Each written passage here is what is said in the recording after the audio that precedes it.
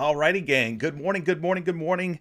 Shout out to everybody joining me this morning in the live chat. It's great to see so many people here. My name's CJ. In today's video, we're going to be taking a look at tonight's Game 5s between the Philadelphia 76ers and Miami Heat, and the Dallas Mavericks and Phoenix Suns. If you're not subscribed yet, please do so. Now hit the subscribe button. Hit the bell icon down at the bottom. That's going to be your notification. Basically, anytime I go live, anytime I post anything, you will be notified so you don't miss out on any of my content. I appreciate everybody who has subscribed. We're over 6,100 subscribers and counting. Can't do this alone. Can't do this without you. So again, your continued support is always much appreciated. Slap that like button as well. We're going for over 99.5 likes if we can help it. I can only like the video one time, but if 99 other people like the video, by the time the live stream ends, we'll be at 100. I mean, it's really simple math, right? I try to break it down and make it easy for you guys. Speaking of breaking it down and making it easy for you guys, been kicking some butt, man, and some MLB props. If you're not in Patreon yet, you want to join, it's a great time to join the community. Still early in the month of May. We got a couple weeks, 2 or 3 weeks, I think, left in the month of May. 3 weeks at this point. It's only $20 a month. It helps support my content, helps support me as a content creator, and you get access to a kick butt community. We're talking NBA playoff props. We're talking NHL playoff props. We're talking MLB pitching props. We got CSGO going on. We got all kind of stuff. WNBA's going on. I mean, we got all kind of sports going on in the Patreon community. So shout out to everybody who is a Patreon member that is in the live chat right now. If you know, you know. Yesterday, our fantasy score for pitchers, the props that I posted ended up going 7-1.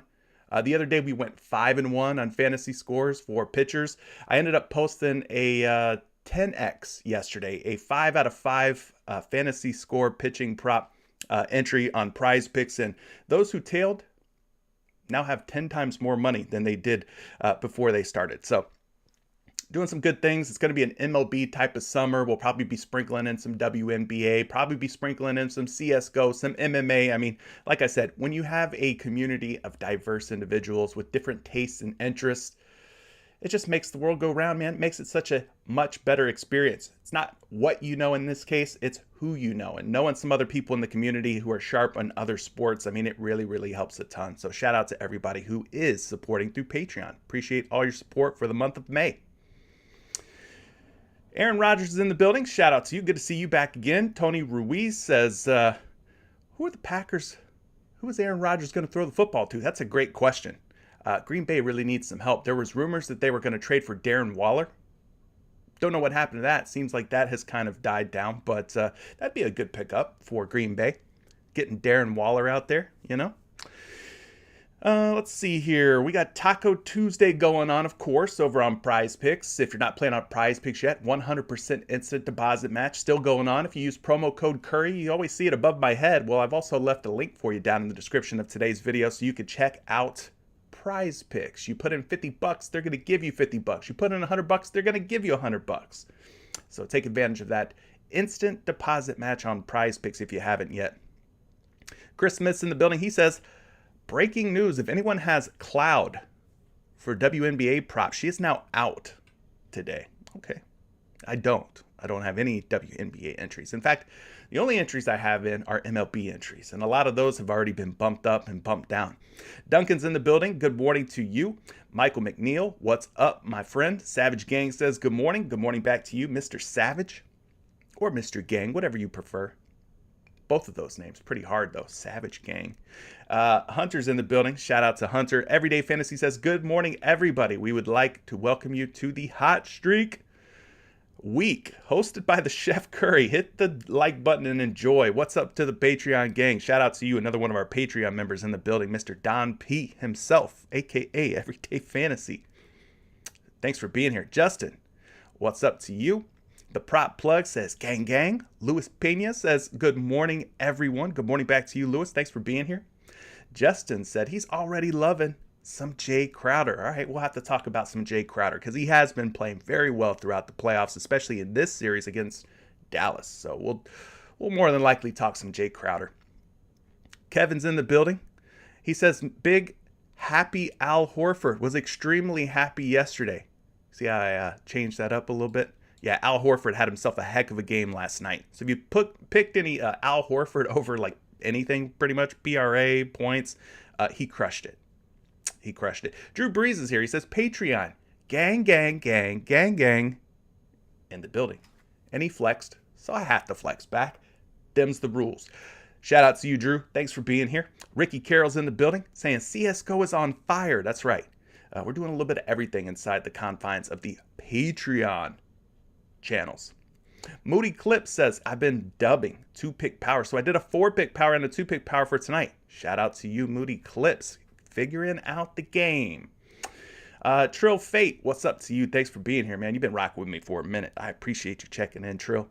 Nick Guthrie says, good morning, CJ. It's Taco Tuesday, and the Patreon gang is in the house. Well, thank you, Nick, for being here. J Dub is in here. He says, good morning, gang. PrizePicks made a call to Natasha Cloud. Oh, no, they told her to sit out today. Is that what you're insinuating? That they've made a personal phone call to Natasha Cloud saying, hey, could you please take a seat, not play tonight? Wow, that'd be something, wouldn't it? Zach Glenn's in here. He's been a ride or die since day one type of guy. Appreciate your support, Zach. Thanks for being here. Official Kid Chris, CJ for president. Well, I don't know if I'm ready for president yet, man. I don't know if I'm ready for office yet. R. Clemens is here. He says, smash the like button, y'all. Appreciate that. Appreciate you. Not Mig says, yo, I haven't been picking plays the last 2 days. Feeling it today, though. Taco Tuesday. Feeling blessed, CJ. Let's get it. Taco Tuesday is always a great day for you to get back on that horse and ride, my friend. In true Kentucky Derby fashion. Get back on that horse and ride on Taco Tuesday. Eric Anthony says, hey, CJ, I just subbed to Patreon. How do I get access to the Patreon Discord channels? I posted something not too long ago on Patreon. So go back and check my recent posts, but I'll post something again today for the new members who still haven't connected Patreon to Discord. You're going to want to make sure you do that because you're not getting the full experience. 99% of what we do as a community goes down in Discord daily. I mean, it's round the clock in Discord. So we got to make sure that we get you set up, Eric, because if you're not getting what you need in Discord, well, you're just not going to enjoy the experience quite as much. So we got to get you set up, get you right. Essam's in the house. Good morning, CJ fam. Happy Taco Tuesday. Happy Taco Tuesday to you, and best of luck as well. Accolade Rhyme says, WNBA superstar Brittany Grinder? What happened to her? She all right? Something happened? Tony says, good morning, CJ. Peeps, get in the Curry train with the Patreon gang. Hands and feet inside the car because we're going in the cash money train. I love that. Love that. Who's the taco today? I'm not sure. We're going to have to find out. We're definitely going to have to find out. Jackie Papers here saying, money, money, money, money. Well, we all like money. And we're going to do our best to try and win some more of that today with the NBA playoffs, with the NHL playoffs, with the MLB going strong. I mean, we got a lot of different ways to play on PrizePicks. So shout out to PrizePicks for keeping us stacked and racked up with the different player props. All right, gang, if you joined me yesterday, I introduced you to something called Poeltl. It's the NBA version of the popular word game Wordle. It's a little warm-up exercise. Way for you guys to get involved. I need your help solving the puzzle today, all right? What we're going to do is guess the mystery player. We get 8 guesses. You can try any current NBA player. If you get green in any column, it indicates we have an exact match. If we get yellow in the team column, that indicates that the mystery player at one point or another played for this team but does not currently play for the team. Yellow in the position column indicates a partial match to the mystery player's position. And if we get yellow in any other column, that indicates that this attribute is within 2. It could be 2 inches, 2 years, 2 numbers of the mystery player. And if you get stuck, there's a silhouette where we can pull up a silhouette of the player. We'll save that to the very end. We'll use that as like a lifeline. We'll see if we could get through it without needing the silhouette. So let's see if we could solve today's Poeltl Puzzle, named after the great San Antonio Spurs big man, Jakob Poeltl. All right, guess number 1. Who should we start with? Well, he's the first guy on the PrizePicks board. Let's do Joel Embiid here. We'll start with Joel Embiid on today's Poeltl. All right. Well, what we do know is we have a couple of exact matches in height and age, and then we have a couple of partial matches for position. So whoever this mystery player is either a center or a forward. He's 7 feet tall. He's 28 years old on the dot. And his jersey number is higher than number 21. He does not play in the Eastern Conference, so we know that we aren't going to be guessing any more Eastern Conference players. So why don't we try a Western Conference player, 7 feet tall, 28 years old. Who could we possibly be? Hassan Whiteside? That was one of the first guys that I actually thought of too. Was Whiteside or maybe Gobert? It's got to be a big man. Got to be a center, right? You're saying Hassan Whiteside? Is he 28? Is he 7 feet tall? Is his jersey number above number 21? What's Gobert's jersey number? I think Gobert is what, 20? Does he have a jersey number in the 20s? I don't know Gobert's jersey number off the top of my head. Hassan Whiteside. Gobert's 25, right? Jersey number 25. Let's try Rudy Gobert out. See what happens. Okay. A little bit closer. So we are in the Western Conference now. We got that right.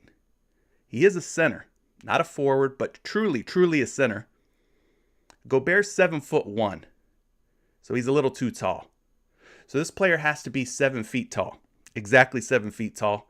Gobert was actually 29. A little older than Embiid. And his jersey number 27. So now we know the jersey numbers between 21 and 27. We know that he's exactly 28 years old, exactly 7 feet tall, exactly a center, exactly in the West, but he does not play for the Utah Jazz, and he's not in the Northwest Division. DeAndre Ayton? I think Ayton is younger than 28, though. He hasn't been in the league as long as a guy like Embiid. Can't be Jamal Murray because Jamal Murray's not a center. Steven Adams, Yusuf Nurkic. Some good guesses. Northwest. So Nurkic wouldn't be in the Northwest, right? Let me look at these divisions. I don't have them all memorized. Forgive me. I'm cheating a little bit. But Nurkic would be in the Northwest, so it's not Nurkic, right? I guess it could be Steven Adams, right? Memphis Grizzlies. It's going to be in the Pacific or it's going to be in the Southwest.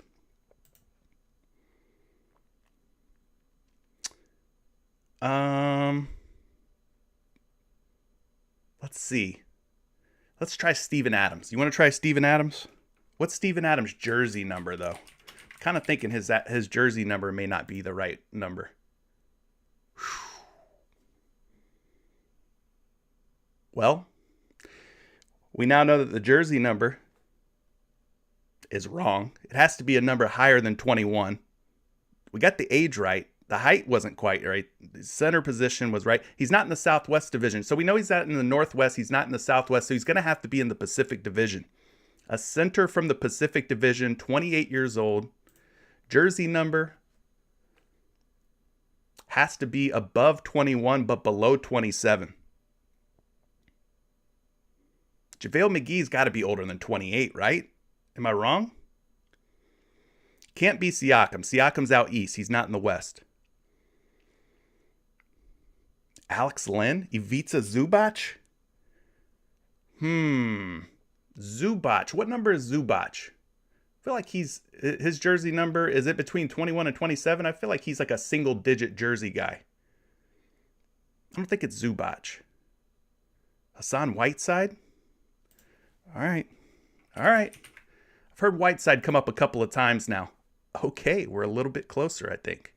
Hassan Whiteside's a little too old, though. He's 32 years old.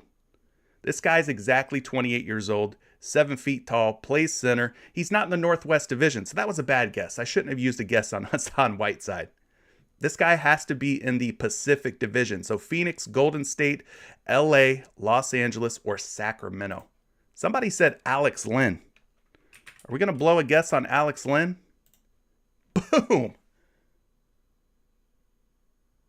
Boom. Whoever said Alex Len, the prop plug. Bingo bongo. We got it. It is Alex Len. And we solved it in 5 guesses, which ties yesterday's Poeltl record of 5 guesses. Yesterday, we had a tough one. It was Kent Bazemore. Today, we get Alex Len in 5 guesses. Good job, everybody. Good job if you guessed Alex Len. All right. Now that our brains are warmed up, we can talk some player props, right? Let's get down to business. Starting things off with the first game of the night, the Philadelphia 76ers and the Miami Heat. Game 5 between these two teams, 209.5 points. 3-point spread between these two teams. Lots of injury news here. I mean, you see a lot of names on the game time decision list for both sides. We expect Joel Embiid to play, right? He played last game, probably play tonight. Miami's had a long list of guys out, or not out, but on the injured list, heading into every one of their playoff games, it seems. But 209.5 points, not a very high scoring game, just a 3-point spread. Keep an eye on Lowry, Vincent, Strus, Martin, Harrow, Tucker, and Dedmon. I believe somebody in the chat said Kyle Lowry's already ruled out. Is Kyle Lowry truly ruled out? Zubac is number 40. Okay. Well, I thought Zubac might have had a single-digit number. Maybe he did at one point. Maybe changed his number. I don't know. I could be wrong. I'm probably wrong. Mario, yeah, I slept great. MLB was fantastic. Appreciate you asking. But yeah, Kyle Lowry is officially ruled out tonight, so that's going to shake things up. Maybe Jimmy Butler gets more assists, but definitely stay on top of that Miami Heat news. Like I said, they've had a whole list of guys right before the game who have been questionable. So we got to stay on top of the injury news there. 10 p.m. tip-off between Dallas and Phoenix. Game 5 here as well. 213.6 point spread between these two. Maxi Kleber, for whatever reason, is a game-time decision. I don't think he's hurt. I think he's going to play. If you know anything about Maxi Kleber, let me know. But I think Maxi Kleber's fine, right? He's been playing pretty good in this series as well. So that's your 2 games. The Dallas-Phoenix game looks like it's going to be the higher scoring game. But the Philadelphia-Miami game looks like it's going to be the game with the closer spread, maybe more competitive. So let's go ahead and take a look at some points props from the first game. We're going to be using Props.Cash. 25% off your first month of Props.Cash if you're a new subscriber to Props.Cash. Just use code Curry. I've also left a link for you down in the description below. So let's take a look at the playoffs. We've got a playoff split here. That's nice. Shout out to Props.Cash for leaving that playoff split for us. And then we'll just look at the Philadelphia-Miami game to get things started here. So let's take a look at some of these prop lines. I mean, the first one that's really jumping out to me, Tobias Harris is at 14.5 points. That seems really low. I get it. Joel Embiid's back, but 14.5 seems very, very doable. Tobias Harris throughout the playoffs, 70% hit rate at 14.5 points. So that might be a good look. We got Danny Green at 7.5, 60% hit rate throughout the playoffs for him. PJ Tucker over on the other side for the Miami Heat, 6.5 points, 55.6% hit rate. So the hit rates are starting to kind of tail off here. Tyrese Maxey at 19.5. He's down to a 50% hit rate. Jimmy Butler, 25.5, 50% hit rate throughout the playoffs. You got Big Bam at 17.5, just 44%. James Harden finally woke up. I told you guys, he's not a scrub. He's just a fading star. But even fading stars can kind of light up once in a while. And we finally saw James Harden light up a little bit in the last game. So shout out to James Harden. I mean, he shut us up pretty quick. So James Harden at 20.5 points, 40% hit rate. And then you got the big man, Joel Embiid at 25.5, 37.5% hit rate throughout the playoffs. So who we want to talk about first and foremost here? Talk to me. Favorite points props from this first game? What's up, Mr. Taylor? Thanks for being here. You guys want to talk some Danny Green? Let's look at Danny Green because he had himself a fantastic game last game.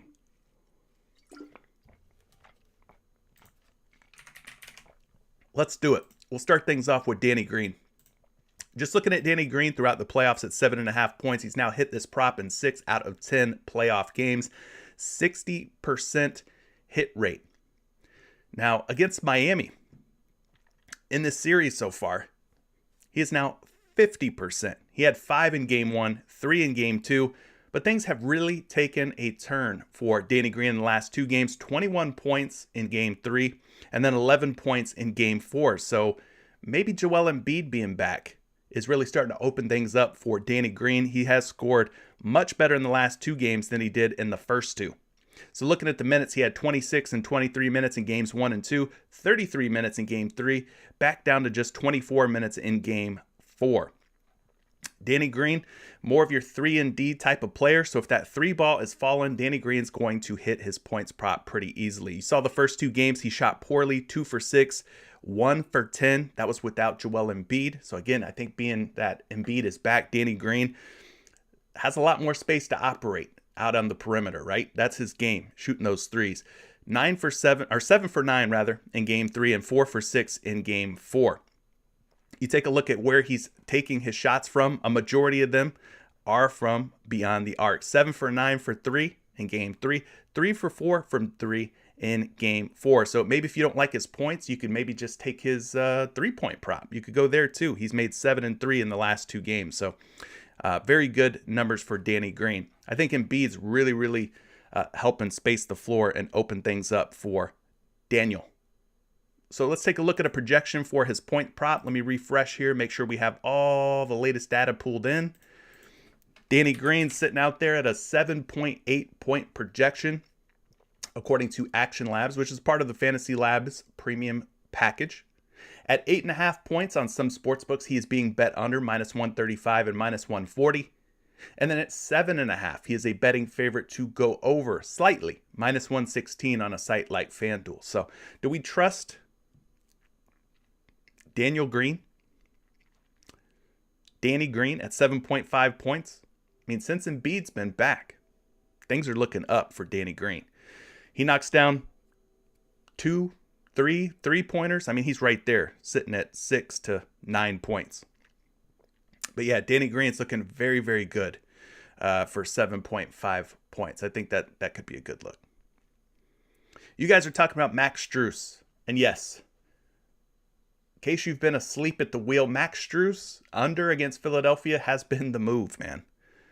Whatever it is, for whatever reason, Strus against the Sixers, it just ain't working out. Taking a look at his playoff games here at 10.5 points on PrizePicks. Had a great series against Atlanta, right? He hit his points prop in 4 out of 5 games, 80% hit rate. But ever since the Philadelphia 76ers series started, 5, 9, 9, and 6, he's went under in 4 straight. Even more eye-opening when you take a look at previous games in the regular season against the Philadelphia 76ers. At 10.5 points, he is 1 for 8. We were getting him at 11.5. We're getting him at 10.5 now, but 1 for 8, 13%. The last time that he hit 11 points was back on January 15th. So yes, the under on Max Strus points or even his PRA has been a good move. Looking at his PRA real quick. Strus's PRA sitting at 15.5.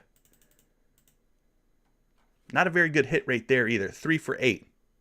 But out of the 2 props, obviously you could see that the points probably the better way to go if you want to take the under on Max Strus. Just doesn't do a good job against Philly.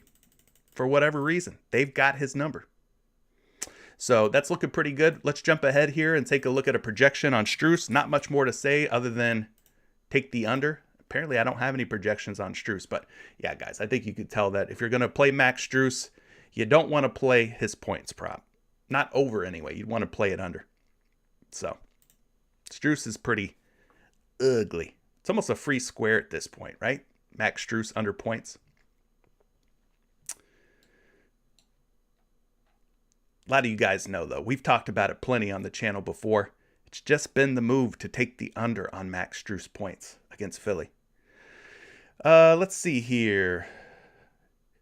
Destavia Davis wants to talk about some Tobias Harris points. You know, I kind of agree. 14.5. I already mentioned it, gang. I thought 14.5 looked a little soft for Tobias Harris. But, hey, the Joel Embiid factor is real. When Embiid's in there, the usage just gets sucked up by the process, right? By Joel Embiid. So let's take a look at Tobias Harris here at 14.5 points. Now, for the majority of the playoff games that he's appeared in, he has hit the over. 70% hit rate throughout the playoffs. But With Joel Embiid back the last couple of games, 9 points and 13 points in the last 2 games. Things not looking so great here. So things are starting to tail off. Let's take a look at it a little bit closer here. Let's put it under the microscope, so to speak. Tobias Harris's minutes are still pretty healthy, 36 to 39 minutes per game, we'll call it. They were down a little bit in game 4 at 35.2.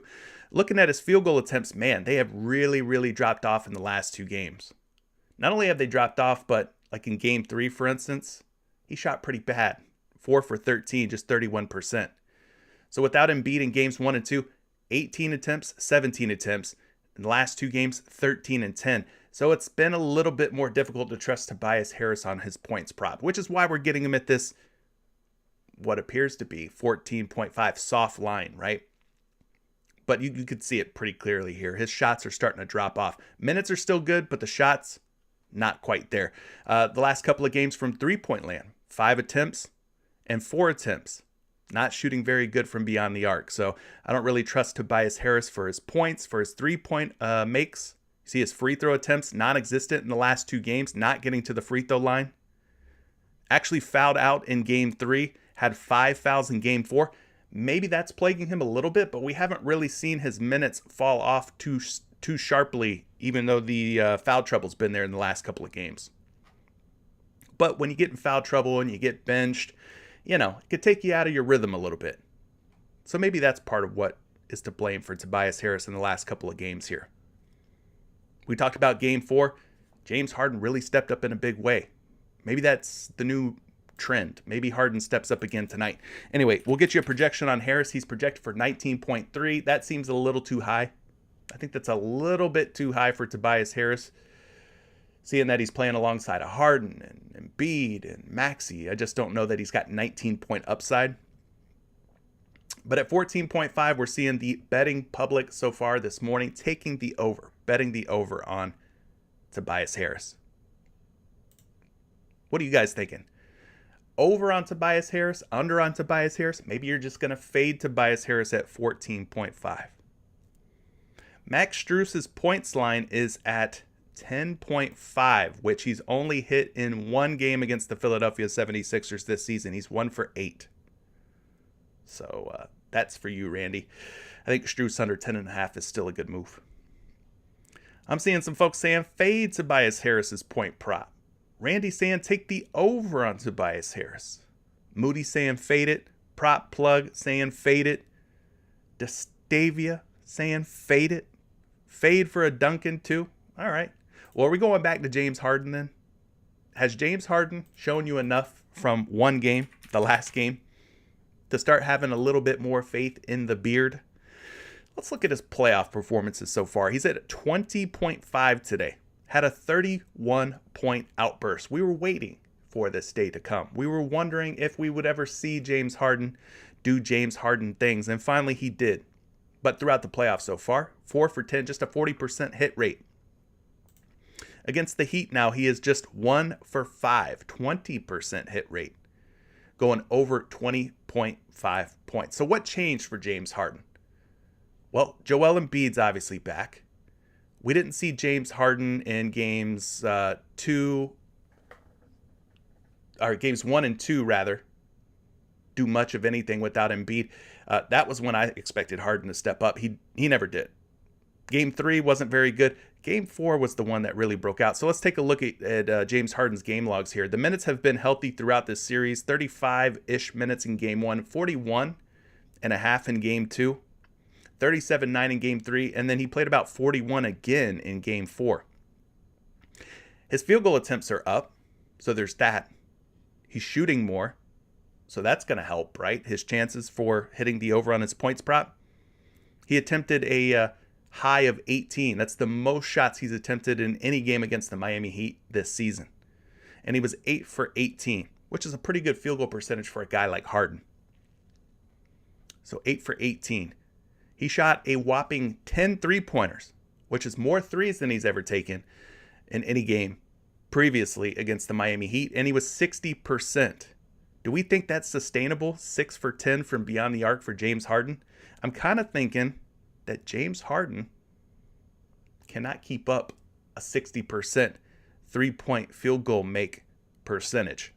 That's probably going to come down a little bit. Just based on what we've seen out of him in previous games versus Miami, that's got to come down some, right? 60% would be ridiculous. There's no way he maintains that. The good news is James Harden throughout this playoff series, game 1, game 2, game 3, and then finally game 4, has seen an increase game over game from the free throw line. He's getting to the free throw line more than ever. He's making more than ever of his opportunities at the charity stripe. So that's a good sign, right? James Harden starting to get maybe more aggressive, starting to get some of those foul calls in his favor. 4 games straight, he's seen his free throw attempts and makes increase. So that's hopefully a sign of things to come. So Harden at 20.5 points. Maybe he's, I'm not going to say back, but maybe he's trending in the right direction. He's projected for 23.6 points. That's about 3.1 points higher than his prop line of 20.5. But it looks like the betting public so far early this morning not feeling so optimistic on Harden. They're taking the under at 20.5 points. They're not feeling it. They don't think James Harden is back. What do you guys think? You taking the over on James Harden's points? We've seen an increase in his field goal attempts in game 4, an increase in his free throw attempts in game 4. We've seen his points go up. Need to see him do it again? I don't blame you. That could be the approach, right? Show us that it wasn't a fluke. Show us that going 6 for 10 from three-point land wasn't a fluke. I agree. You could sit this one out on James Harden. Make him prove it one more time. Or maybe it's a sign of things to come, and if you take the over tonight, it's cash money. Moody Clips is saying, what about Bam over? Not Miggs is also mentioning some Bam Adebayo. All right. Bam at 17.5 points. No Kyle Lowry tonight. Does that impact Bam Adebayo all that much? I don't think it does. I don't think it's going to impact Bam too much playing without Kyle Lowry. Let's take a look at his points prop.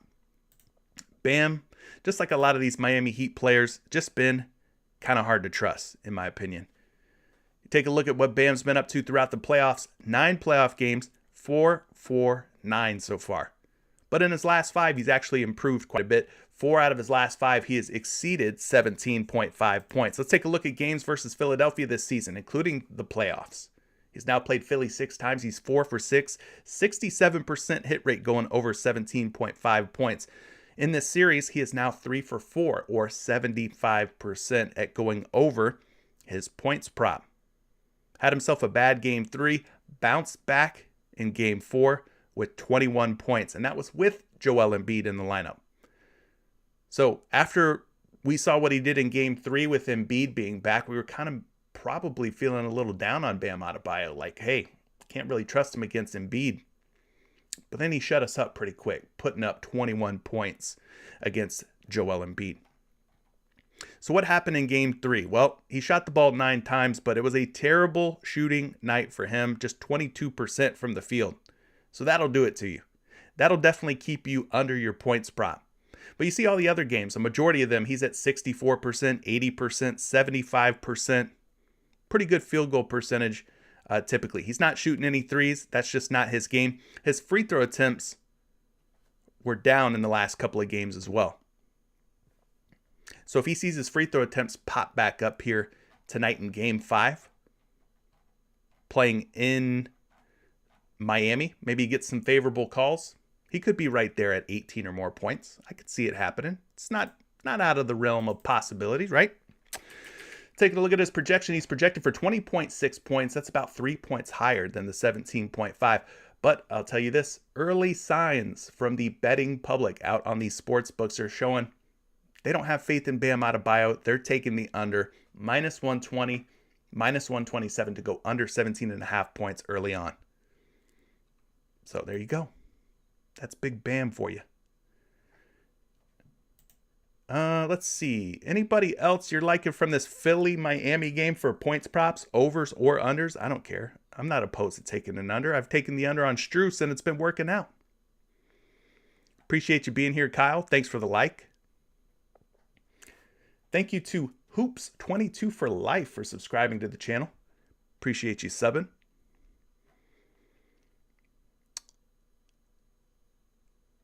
But yeah, I guess that's it for this game, right? We talked Danny Green. He looks like a good overplay. Tobias, probably going to be a fade. Strus, under points. Looks like a good move. Harden. Some of you guys are wanting to take the wait and see. You're not sold on James Harden being the number 2 option that we hoped he'd always be to Joel Embiid. Might want to take another game to evaluate James Harden. Does he go over again tonight? I don't know. We'll have to wait and see. Bam Adebayo, you guys are saying, some of you are saying that it looks like a good move. Some of you are saying, nah, we don't like Bam Adebayo. Jimmy Butler, 25-5. Let's look at Jimmy. What are we thinking here on Jimmy Butler? He's had a couple of really strong games in his last 2, right? Jimmy Butler finally living up to the moniker of Jimmy Buckets. Now, throughout the playoffs, he's played 8 times. He is 4 for 8, or 50% at covering 25.5 points. Taking a look at what he's done against Philadelphia this season, 3 for 7. And then we look at this series so far. The first 2 games, not so good, just 15 and 22 points. But game over game, man, we have seen his points output jump.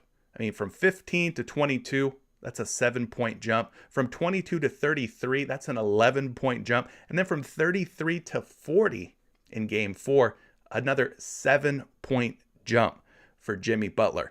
So what in the heck has gotten into this guy in the last 2 games? Well, let's take a look at it. His minutes are definitely up in games 3 and games 4, 38 minutes and 41, nearly 42 minutes in game 4. So the increase in minutes is going to lead to an increase in opportunities. The last 2 games, he shot the ball 20 plus times, 22 in game 3, 20 in game 4, as compared to 16 in game 1 and 15 in game 2.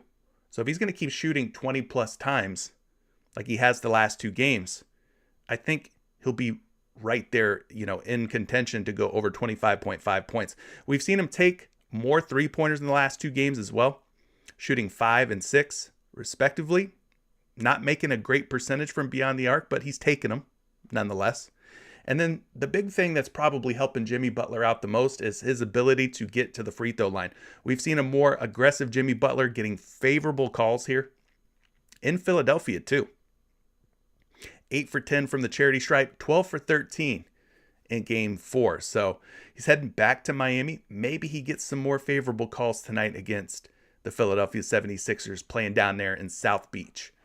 But if he's going to keep attempting 20 plus shots per game, if he's going to keep attempting double-digit free throw attempts, then I'm going to keep hitting the over on his points prop at 25.5. So let's look at his projection tonight. He's at 26.1 projected points, slightly more than the 25.5. I don't mind that projection. That one doesn't seem too crazy to me. That seems like a realistic number at 26.1. And then we're seeing him at 25.5 and 24.5 out on the various sports books. At 24.5, they're definitely taking the over. At 25.5, it looks like there's a little bit more reluctance. Bettors are taking the under at 25.5. So if Jimmy Butler can maintain 20 plus field goal attempts and 10 plus free throw attempts, I think he'll be a-okay to take the over on his 25.5 points. So that's looking good. Ja's mentioning that Jimmy Butler fantasy points or PRA is a play. Absolutely. If you can't figure out which prop you like the most on Jimmy Butler, his points, his rebounds, his assists, then absolutely. I think I agree with you. Taking the PRA, taking the fantasy score for Jimmy Butler has been a good move. He kind of does it all, right? He's a scorer, rebounder, assist guy. He can get some blocks and steals for you as well. So fantasy score, never a bad move when it comes to Jimmy Butler. All right, we'll talk Tyrese Maxey. We'll make that the last one, and then we got to talk Dallas Phoenix. All right, we got to keep it going with Dallas and Phoenix talk. But you guys are mentioning Tyrese Maxey. We've seen Embiid back now for 2 games. We should have a pretty good idea, pretty good read on a lot of these Philadelphia 76ers guys. Things should be kind of settling down. These players should be settling in, so to speak, for the Philadelphia 76ers. So take a look at Maxey throughout 10 playoff games now. He's already played 10 playoff games. He is 5 for 10, 50%. So he's a coin flip, so to speak. Coin flip type of guy. Now against the Miami Heat, he's now played them 8 times this season. He is 4 for 8 against the Heat. Taking a look at the last 4 games, all of which are from this series against Miami. 19 in game 1. That was without Embiid. 34 in game 2, again without Embiid. Now Embiid comes back for game 3. Maxey scores 21, barely gets over the 19.5 hump. And then in game 4, Maxey sticks at 18, going under today's point line of 19.5. So we've talked about him before. He's a young guy. He's not the 1 or 2 option on this team. He's likely more like the 3rd or 4th option for the Philadelphia 76ers. And him being young, you're just going to get some of these games where there's inconsistencies there, right? That's what separates the young players from the solid veteran players. Consistency. And so we've seen a lack of consistency from Tyrese Maxey throughout the playoffs at a 50% hit rate at 19.5 points. Been kind of tough to figure him out, the puzzle that is Tyrese Maxey. But the last 4 games for him, 35 minutes in game 1, 43 minutes in game 2. Those were both Embiid-less games. And then games 3 and 4, 38.6 and 42.2 minutes. So he played a very, very healthy 42 plus minutes in game 4, but still could not find the over on 19.5 points. His field goal attempts since Embiid has been back are very concerning. Just 11 and 10 versus 15 and 22 without Embiid. So his field goal attempts are down. Now he's shooting a pretty good percentage. For a guard to shoot 64% and 50%, you're doing pretty darn good. You're doing pretty darn good. But the attempts being down at 11 and 10, he's going to have to be highly efficient with those attempts.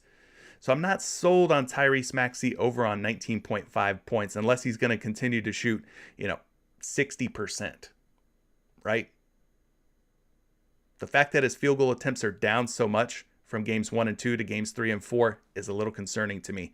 His 3-point attempts, he shot 5 for 6 in game 3, 83% from beyond the arc. I don't think he does that very often. In fact, if you look at the other games against Miami, he's never done that before. It was absolutely shocking that he went 5 for 6 from 3-point land, 83%, had himself just a very good night shooting the ball. Typically, though, right around 40% or below seems to be what we can expect from Tyrese Maxey. I just don't think he's going to have very many of these 5 for 6 shooting type of games. And then free throw makes the last 2 games have definitely been down versus where they were in games 1 and 2. So there's that.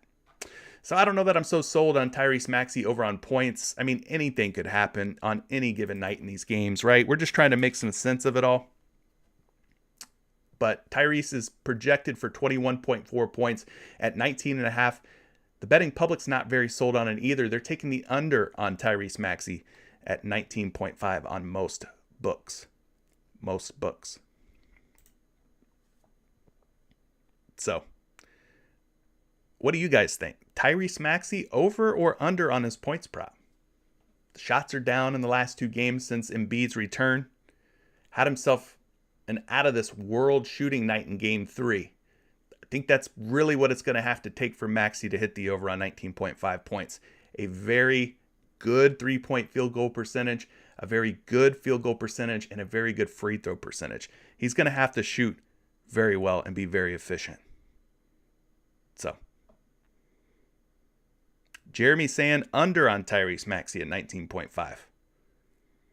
Adalbert, you're thinking you're going over on Tyrese Maxey. Not Miggs is saying, forget the Maxey points. I'd rather do Tyrese Maxey for 3s. Adalbert saying the only reason he didn't get it is because Harden went off. Well, I mean, his field goal attempts were down in both of the last 2 games at 11 and 10. So he hit it in game 3. because he shot the ball really, really well. I just don't know if he's going to continue to shoot the ball that well like he did in Game 3. We saw his field goal percentage dip in Game 4, and he did not hit the over on 19.5. So anyway, let's move on from this game. Is there anybody from the Dallas-Phoenix game, point prop-wise, that you guys are wanting to go to? Let's take a look at that game real quick. We'll look at the hit rates throughout the playoffs for some of the players from this game. This little guy, Jalen Brunson, at 18.5 points, 70% hit rate throughout the playoffs. You got CP3. He's at 15.5 on PrizePicks, 16.5 out on your favorite sports book. He's got a 70% hit rate. At some point, Chris Paul's going to have to pop back up, right? A couple of bad games from him. He's going to have to pop back up, I think. Dorian Finney-Smith, we're getting him at 12.5 on PrizePicks, 11.5 on Props.Cash. At 11.5, 70% hit rate in the playoffs at 11.5. So PrizePicks serving up a little bit of a higher line on Dorian Finney-Smith. Maxi Kleber at 9.5 points, 60%. Joining him, Reggie Bullock, DeAndre Ayton at 60% throughout the playoffs so far.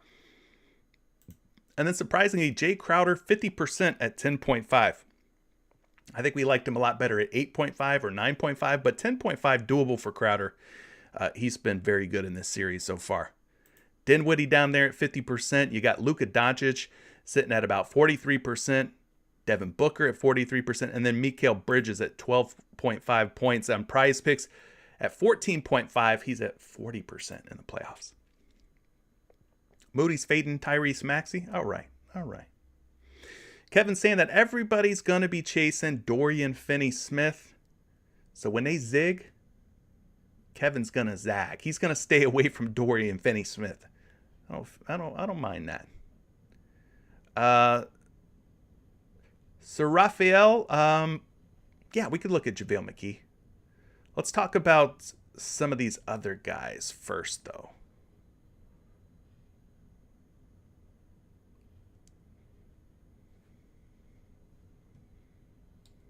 A couple of you guys asking about JaVale McGee, actually. Jay Crowder. Chris Smith, you want to talk Jay Crowder at 10.5 points. They've started to finally bump Jay Crowder up. Like I said, we were getting him at 8.5, 9.5. Now Jay Crowder's sitting up there at a healthy 10.5. Let's take a look at the dude, see if he can get it done tonight at 10.5. Throughout the playoffs so far, 50% at 10.5 points. Now, worth noting, he was just 1 for 6 against the New Orleans Pelicans, covering 10.5 points. But he's a new man. A new series, a new man against the Dallas Mavericks. We've seen him through 4 games hit the over on 10.5 points in every stinking game. 11 in Game 1, 15 in Game 2, 19 in Game 3, and then 15 in Game 4 at Dallas. Now this season against the Mavericks, he is now 6 for 7, 86% at hitting the over at 10.5 points. So Jay Crowder's putting it to his former team, the Dallas Mavericks. He's putting in the work, man. Shout out to Jay Crowder. Even though they bumped him up to 10.5, I'm still not convinced that that's quite enough, being that he's got 11, 15, 19, and 15 in this series so far. It still may not be high enough. Let's get you a projection on Crowder here. Not a whole lot to say about this guy. He just keeps getting it done game after game. At 10.5 points, the betting public doesn't think that 10.5 is quite enough yet either. He should probably be at 11 or 12.5, in my humble opinion. But at 10.5, he's a betting favorite to go over. Minus 130, minus 120. He's got a nice little projection of 11 points tonight. So I think Crowder, we could keep going back. Do you guys want to keep going back to Jay Crowder tonight at 10.5 points? Thumbs up if you're taking the over on Jay Crowder. Thumbs down if you're thinking we're going under on Jay Crowder tonight, or it's just a fade for you. So I think Crowder's still looking pretty good at 10.5. A lot of you folks are asking about JaVale McGee. 4.5 points. This is what you guys want to do with your money. You want to take the over on JaVale McGee at 4.5 points. This is where you want to put your money down, okay? All right, let's look at it. Maybe it's not so crazy.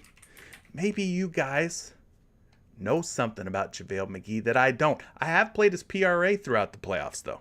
His PRA is good until,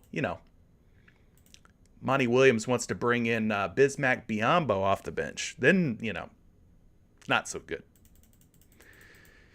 We got to bump him all the way down to 4.5 points here on props.cash. And when we do, and we take a look at what he's done throughout the playoffs, he is 7 for 10, 70% at 4.5 points. Did work in that New Orleans series for the first 4 games. Let's take a look at what he's done against Dallas this season at 4.5 points. He is now 6 for 7 against the Mavericks, 86%. So kind of like Jay Crowder, he is just continuing to produce against the Dallas Mavericks. In this series now, he is 3 for 4, 75% against Dallas. And he's hit the over on 4.5 points in 3 straight games. This is kind of like the Kevon Looney prop last night. I think Looney was at 3.5 points. We're getting JaVale McGee at 4.5 points. So maybe you go back to it. I mean, shoot, the guy has been hitting his points prop. Kudos to you guys for pointing out JaVale McGee. I do not have a projection on JaVale McGee's points prop right now. I would just say this, based on what we've seen him do both against Dallas and throughout the playoffs, yeah, I guess the guy could find 5 points. He's been getting it done more often than not. So, take a little shot there on JaVale McGee over on points. Yo-Yo Gomez. Now, this one is going to be a hot button topic. Chris Paul over on points. 15.5. He's been at 16.5 the last couple of games. The dude's legacy is on the line here. He's got to do something, right? I thought that last game too. I was like, nah, there ain't no way CP3 is going down two games in a row like he did in the first. Like, he's got to bounce back. That's what I was thinking in the last game.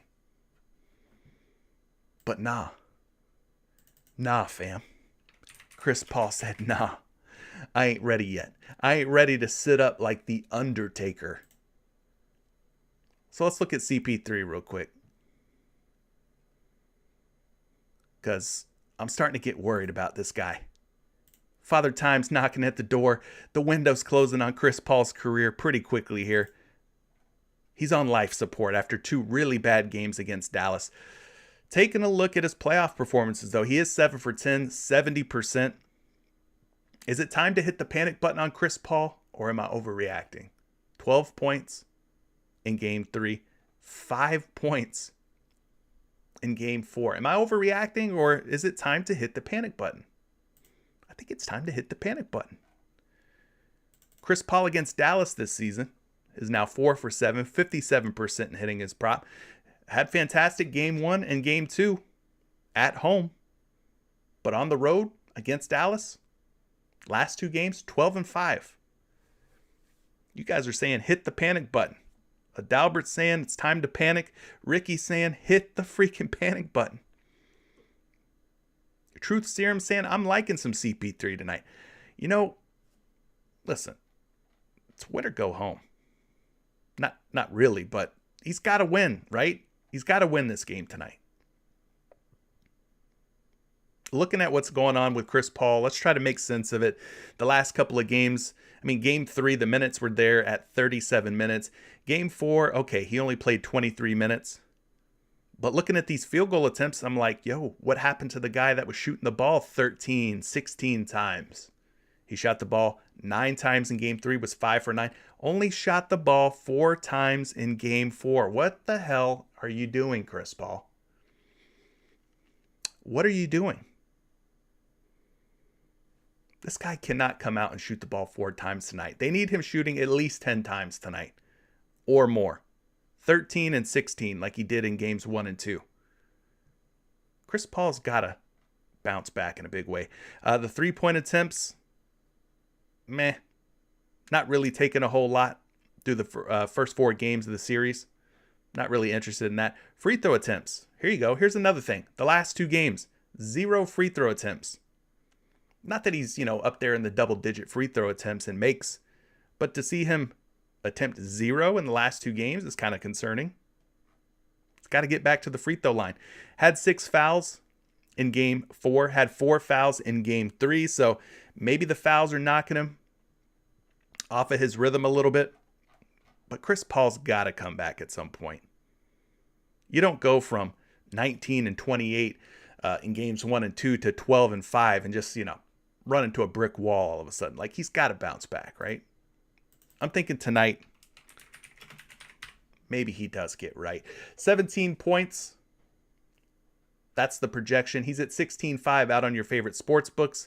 But at 16.5, we're seeing the public torn on this prop. That's why I say it's probably a hot button type of prop here. Seeing some people take the over at 16.5. Some sites like BetMGM, they're betting the under. But, yeah, Chris Paul, got to get it going, man. Legacy's on the line here. Legacy's on the line. Anybody else from this series? I know that you guys were talking about Dorian Finney-Smith, jumping off Dorian Finney-Smith. Somebody mentioned Maxi Kleber as well. What are we liking from the Dallas Mavericks side of things? Mikal Bridges. Duncan saying hit that like button. Thank you, Duncan. Appreciate that. Mikal Bridges, he doesn't have the greatest hit rates. I think we looked at those throughout the playoffs at 14.5 points, 40%. Let's look at Bridges because we're actually getting him at 12.5. So let's look at Bridges.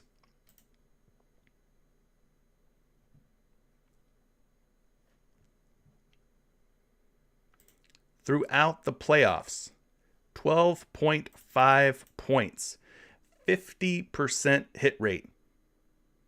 Are you wanting to go over or under on Bridges? Yo, Gomez. Because in the last 3 games, he has gone under 12.5 points versus Dallas. And when we take a look at what he's done against Dallas this season, he's just 2 for 7. He went over in game 1, but since then, just 11, 12, and 6. Minutes are pretty healthy. 42 in game 1, 39 in game 2, 38, 32. Field goal attempts are just all over the place, so I don't like that. I like to see some consistency, and we're not really getting that out of Bridges. So you're torturing yourself trying to figure out what this guy's going to do from one game to the next. I'm not seeing consistency here. Doesn't really get to the free throw line a ton. He did in game 1, which probably was the difference between him hitting his prop and not. He got to the free throw line 4 times and made all 4. But otherwise, he's not really getting to the free throw line game in and game out. Not shooting a great percentage on most of these games either. 33, 36, 44%. Yo-Yo's wanting to go over, though, on Mikal Bridges. Not under. I'm going to stay away from this one, Yo-Yo. What do you think, chat? We staying away from Mikal Bridges? He's projected for 16.1. He's at 13.5 out on these books. Minus 145 over 13.5. Minus 125 over 13.5. He's even as high as 14.5 on other sites. I think Mikal Bridges is going to be a fade for me, man. Accolade Rhymes, you left me a super chat? Oh, yeah, you did. You did. James Harden double-double taco. Okay, we'll get to that. We'll get to that toward the end when we talk double-doubles. Appreciate you. I will not forget you, Accolade Rhymes. Kyle Baker, thanks for subscribing, man. Appreciate that. But, yeah, I don't think I want to go Mikal Bridges. I think that's just a fade for me. Like, I'd rather take a prop like Jay Crowder over 10.5 points, one that we've seen hit, maybe even a JaVale McGee over 4.5 points, one that we've seen continue to hit. Hell, I might even take Chris Paul over 15.5 points before Mikal Bridges. What about the Dallas side, though? You guys are saying don't fall for the Dorian Finney-Smith trap. Well, let's look at Dorian Finney-Smith here. Why is this a trap? Why is Chris Smith stating that he's not fallen for the trap that is Dorian Finney-Smith? Let's go look at it. Dorian Finney-Smith sitting at 12.5 points today throughout the playoffs. He is 7 for 10 or 70%. Against Phoenix so far in this series, he is now 3 for 4 or 75% against the Suns. So you're saying this is a trap. Against Phoenix this season, he is 3 for 7, just 43%. So he's playing great in the series, but overall, not great against Phoenix throughout the regular season. Now, what's the trap here? I would say that the minutes are very good for Dorian Finney-Smith. I mean, the only game that he missed his points prop, I think he got into big-time foul trouble here at 20.4 minutes played. He's playing 40-ish minutes per game in 3 out of 4 games, though. The minutes are absolutely there for Dorian Finney-Smith. When the minutes are there, the field goal attempts are also there. So 10, 15, and 13. Again, the game where he played 20 minutes, 1 for 2. The 3-point attempts in the last 2 games have been up 11, 12, and he shot 4 and 8. Hit 4 and 8 in his last 2 games.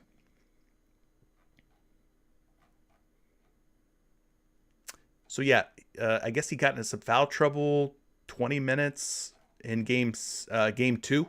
But otherwise, I mean, the dude's playing a ton of minutes. He's shooting a lot of threes, hitting his points prop in those games where he's playing around 40 minutes. Well, I would disagree that it's just one good game. I mean, he's now hitting 3 out of 4 games, 75%. Again, the one game that he missed, he only played 20 minutes. So you got to factor that in, right? I mean, if he plays 40 minutes in that game instead of 20, who's to say he doesn't hit the over on 12.5 points in that one as well? And maybe we're looking at 4 for 4 in the series so far. I mean, the minutes are there, the opportunities are there. So I don't know if it's a trap. It's not just one good game. He's now had 3 games where he's hit the over on 12.5 points. He's projected for 13.6. He's at 11.5 and 12.5 on these sports books. At 11.5, they're definitely taking the over, but we're getting the higher line of 12.5. And at 12.5, the public not feeling so optimistic. They're taking the under at 12.5. Michael McNeil saying Dorian Finney-Smith is a lock, not a trap. Okay. Some of you guys are liking some Dorian Finney-Smith points. Some of you guys are saying I'm staying away from it. Mr. Ruiz is saying that Dorian Finney-Smith playing the same minutes as Chris Paul, who he is guarding. Okay. All right, we're a little torn. We're a little torn on Dorian Finney-Smith. I like it, though. Makes for interesting conversation. Anybody else from the Dallas side that you guys are liking or for an over, or maybe you're looking to take the under? Trey Prince is saying under Dwight Powell PRA in points. Whew. I might like the under on his PRA more. I mean, 3.5 points. Maybe he finds 2 buckets, 2 baskets. Maybe. Reggie for over 9.5 points.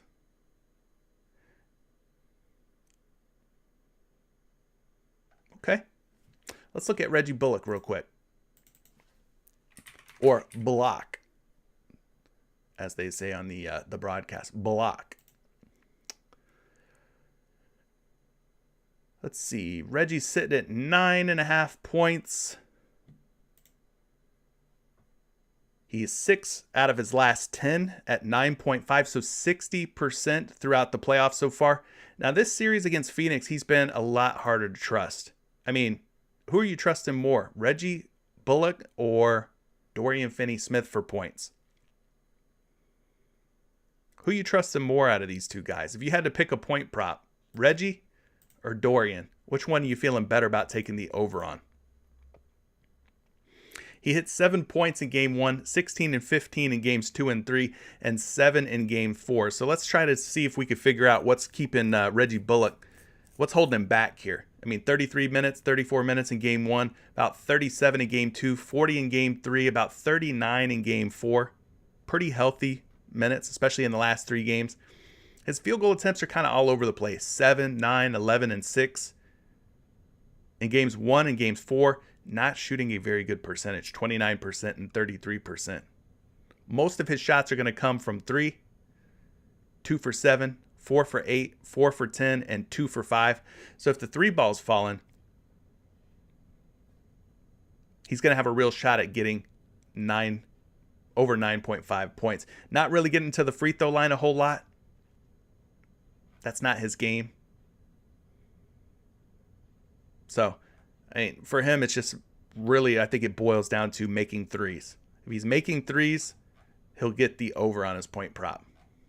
But been kind of inconsistent throughout this series against Phoenix so far. So it's been kind of hard to trust Reggie, in my opinion. But Bullock is projected for about 12 points tonight at 9.5. It looks like the public's betting the under. They do not like Reggie over 9.5 points to go for 10 points or more. Julian saying that they're both inconsistent, Dorian Finney-Smith and Reggie. I mean, I showed you the game logs for Dorian Finney-Smith. When he gets 40-plus minutes or around 40 minutes, he's hit in 3 out of 4 games. The only game he hasn't hit against Phoenix, he played 20 minutes. So if the minutes are there, Dorian Finney-Smith's got a shot, man. He's got a shot at going over 12.5 points. Truth Serum is liking Dorian Finney-Smith over Bullock. Kyle Kaz is saying DFS. Ricky Carroll saying DFS. Duncan saying neither. Neither. Okay. Adalbert, you're liking Reggie more than DFS. T-Bone's liking DFS more. Let's look at Maxi Kleber. Then we'll move on from points. I mean, we've damn near talked about every point prop on the board. We gotta talk about assists and rebounds at some point, don't we, gang?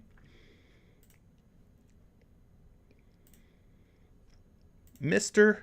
Maxi Kleber. Okay, at 9.5 points, we're seeing a 60% hit rate through 10 playoff games. Against the Phoenix Suns now, he has faced them a total of 5 times. He's 3 for 5. But he has hit the over in the last 2 games. 3 for 4 in this series, in fact. 75%. 19 in game 1. Fell down to 9 in game 2. Would have been death by hook at a 9.5 point prop line. 14 and 11 in the last 2 games. So yeah, 75% for Maxi Kleber in the last 4 games in this series. So let's move ahead. Let's take a look at Kleber here. He's projected for 10.2 points. He's projecting to go over 9.5. And then the public, they're liking the over as well. Minus 125 and minus 130 to go over. All right. Let's make this a 3-horse race then.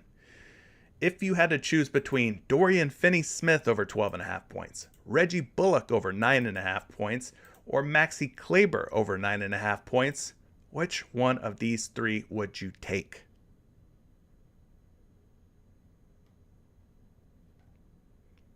DFS, Bullock, or Kleber? Are you liking Kleber more than Bullock or Dorian Finney-Smith? You guys let me know. All right, we'll move on to assists and talk about Philadelphia, Miami. Is there any assist props that are really standing out to you guys? Just looking at the playoff hit rates for a lot of these players. Tyrese Maxey at 3.5 assists, 60%. James Harden at 8.5, 60%. Both of these guys are at 4 and at 9, so they've both been bumped up. Hate that. Bam Adebayo at 3.5 assists, 55.6% hit rate in the playoffs. We're getting him at 3. Tobias Harris, 2.5, 50%. We're getting him at 3. Jimmy Butler at 5.5, 37.5% in the playoffs. And then Joel Embiid at 2.5, also at 37.5%. I think I would go Dorian Finney-Smith too. But you know, with Dorian Finney-Smith, there's always the opportunity for him to get in foul trouble, right? Seems to be the case. Boom. B-Dog, the Minuteman Hardy goes 2 for 2 last night. Bang, bang.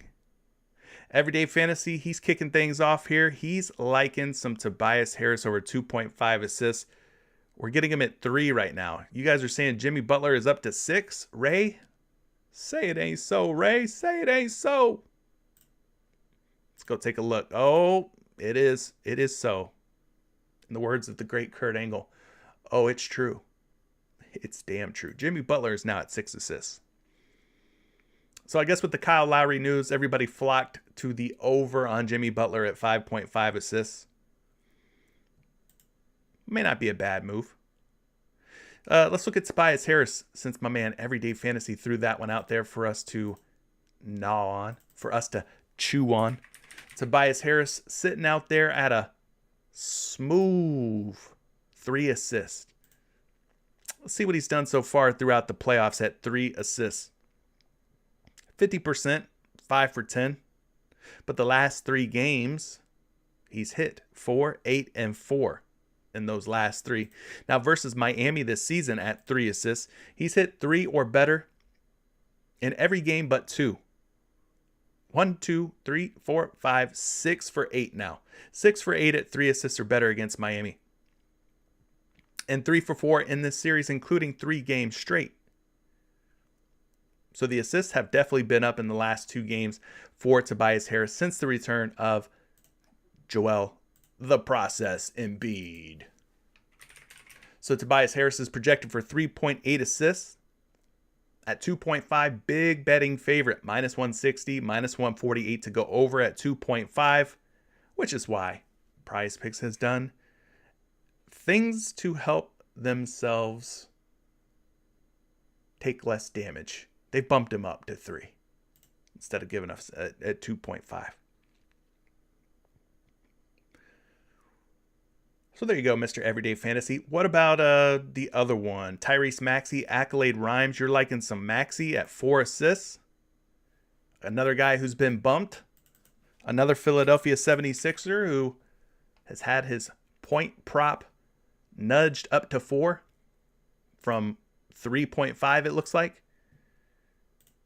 So Maxey at 4 assists has hit this in 1, 2, 3, 4, 5, 6 out of 10 playoff games at 4 assists or better. So 60%. Again, kind of like his points prop, just very inconsistent. He'll go from having 2 assists to 8 assists.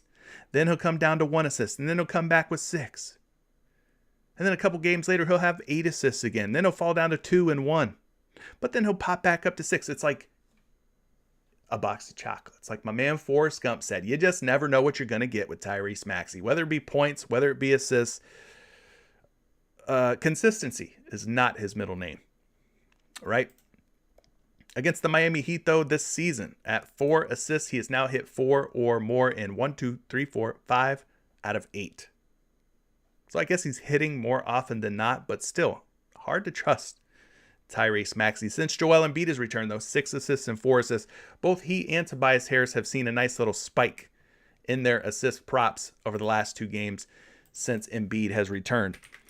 Giving you a projection on Maxey. He's at 4 on PrizePicks, 4.9 on Fantasy Labs, Action Labs, and at 3.5. The public is taking the over on him. 4 assists is the number on PrizePicks. So not Miggs, you're liking Tobias Harris more than you're liking Tyrese Maxey for the assist prop. Okay. Not mad at that. What about from the Miami Heat side? Any assist props you guys are interested in taking? Tyler Herro, Jimmy Butler we talked about. He got bumped up. He was at 5.5. Now he's at 6. Gabe Vincent, 3. Any of these guys that you're liking?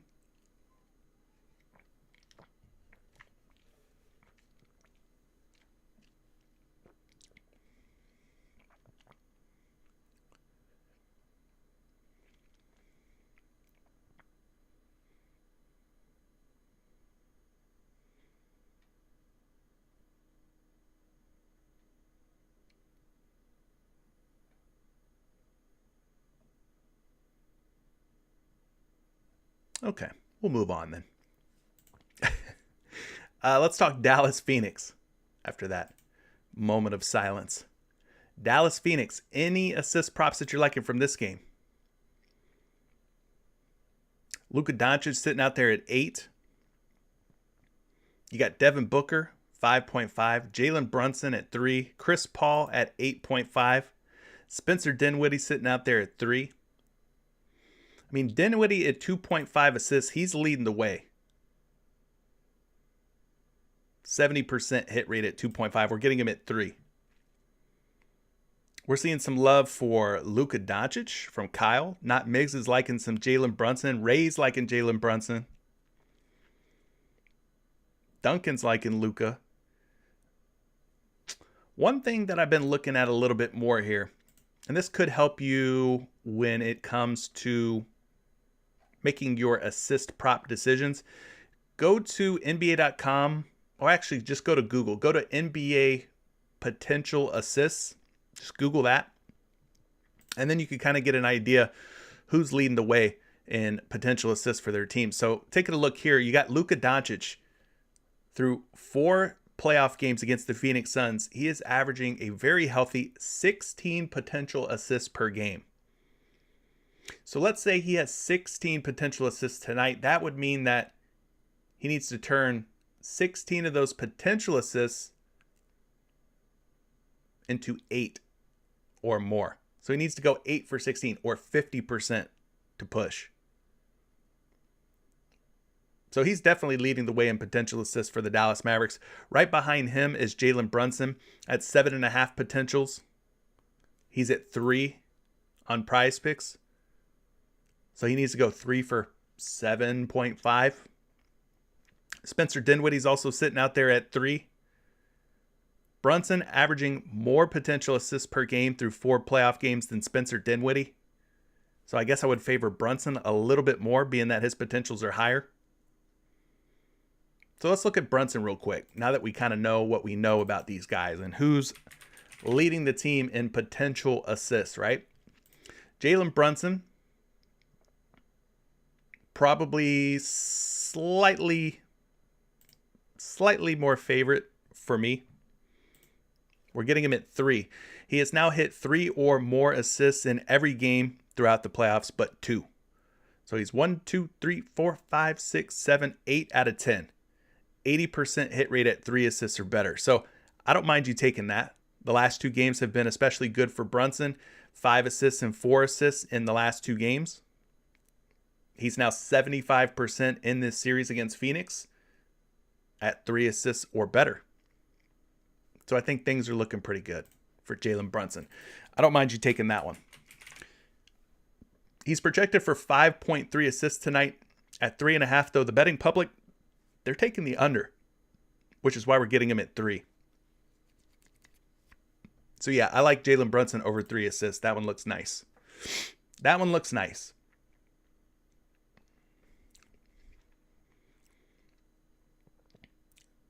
Seeing some Luka love. We already talked about his potential assists sitting out there at 16, right?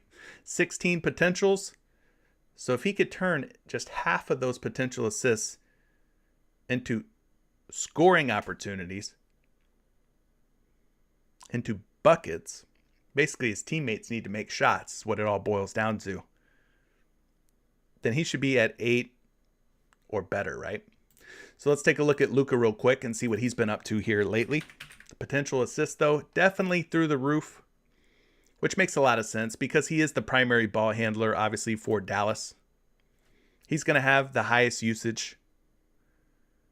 So in this series against Phoenix now, he is 3 for 4 at 8 assists or better. So also a 75% hit rate, much like Jalen Brunson. He pushed in game 1, missed in game 2, but he's hit in the last 2 games. So him and Brunson are like assist bros, assist buddies in this series. They pushed in the same games. They went over in the same games. They went under in the same games. Kind of a mirror of one another. Kind of interesting in the last 4 games. As far as a projection for Luka, I got him projected for 9.5. That's more than 8. And I think with 16 potential assists on the table, hey, I'm willing to take a shot on Luka Doncic, finding at least 8 or 9.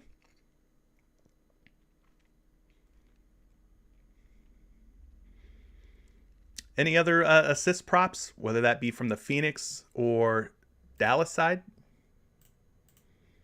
I think I like Brunson over Dinwiddie.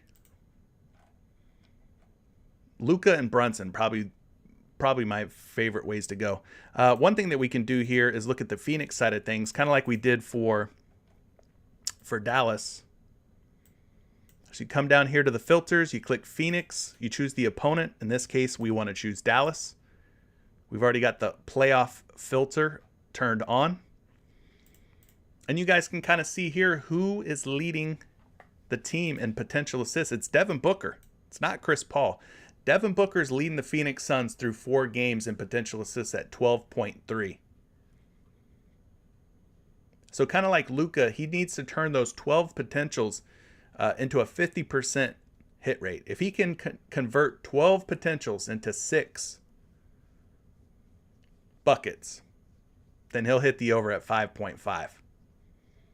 Chris Paul's at 11.3, but his assist line is at 8.5. So he's not getting a ton of potential assists here. I think I like the fact that Devin Booker's got more potential assists through 4 games, and his prop line is 3 assists lower. So if I'm going to take an assist prop on either one of these guys, it's probably going to be Devin Booker at 5.5 over. More potential assists. Prop line is 3 assists lower than Chris Paul. So this seems like the better value. So let's talk about Devin Booker. As long as he maintains the 12 potential assists that he's had through 4 games, he should have a real shot here. Taking a look at what he's done throughout the playoffs, he is 4 for 7. Since this series has began against Dallas, he is now 3 for 4, or 75% in hitting 5.5 assists. So game 1, he had 8. Game 2, not so great with just 4. But in games 3 and 4, he hit 6 and 7. So this is probably my favorite Phoenix Sun assist prop. I like Booker more than Paul just because he's got more potential assists through 4 games. And again, the prop line, a lot friendlier at 5.5 versus 8.5. He's projected for 5.7 at 5.5 assists.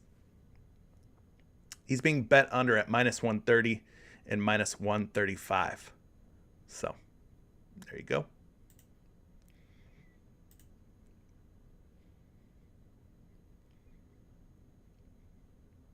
I won't dig too deep on Chris Paul, but Moody's like begging me to pull up a projection for Chris Paul. He's projected for 11.5 at 8.5 assists. The public is betting the over on Chris Paul.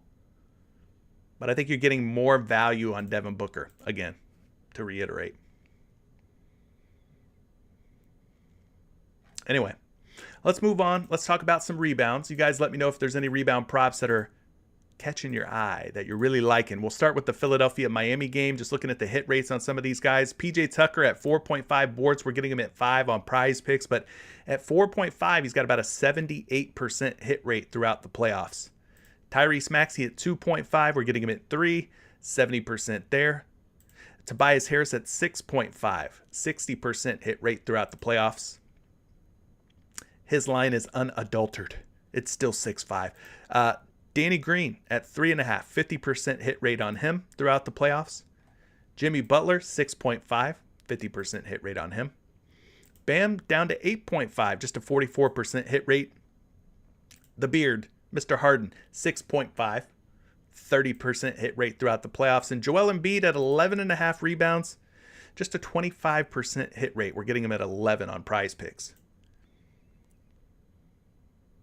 Austin, you're liking James Harden? Are you liking him over or under? You guys let me know which way you're leaning initially.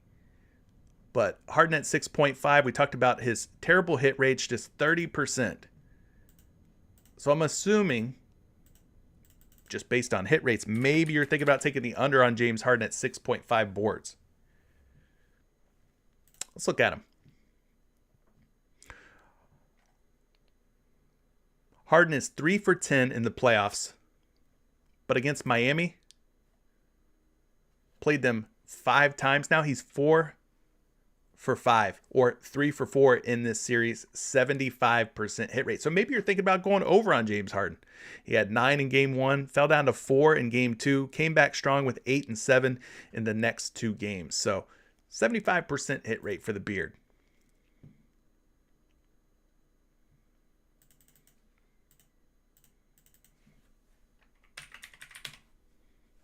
well, I got to spell James Harden's name right to get you guys a projection on his rebounds. He's projected for 7.8 boards, but at 6.5, the public, they're throwing shade. They think James Harden's going to stay under 6.5, minus 120 on some of these sports books. So Harden 3 for 4 in the series, 75% projected to go over tonight. Oh no, though. Embiid. Destavia, are you liking Embiid to go over, or you thinking under on Joel Embiid? Looks like the under's been the move more often than not for Embiid, at least at 11.5 rebounds. He's got just a 25% hit rate throughout the playoffs. Let's take a look at Embiid, the process here.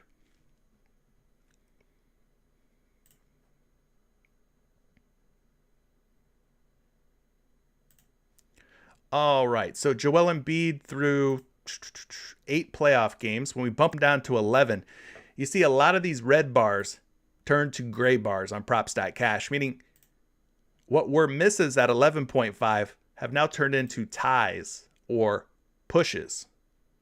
So he's now hit 11 or more rebounds in 1, 2, 3, 4, 5, 6 out of 8 games at 11 or more.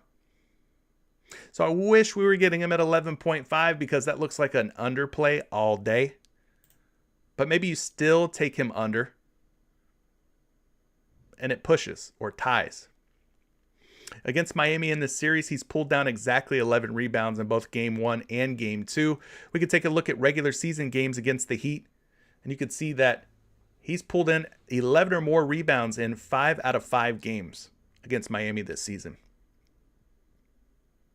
So maybe not taking the under on Joel Embiid at 11 rebounds is the move, being that he's pulled in 11 or more in 5 contests versus the Heat. Interesting. Joel Embiid is projected for 13.1 rebounds, but at 11.5, the public taking the under on Joel Embiid. Are you guys taking the under or over on Embiid's rebounds? Maybe you're just going to fade Embiid's rebounds at 11. That could also be a move. Austin saying, Max Strus over or under on 10.5 points. I think you guys have to let Austin know that Strus under 10.5 points has been working out a lot, right?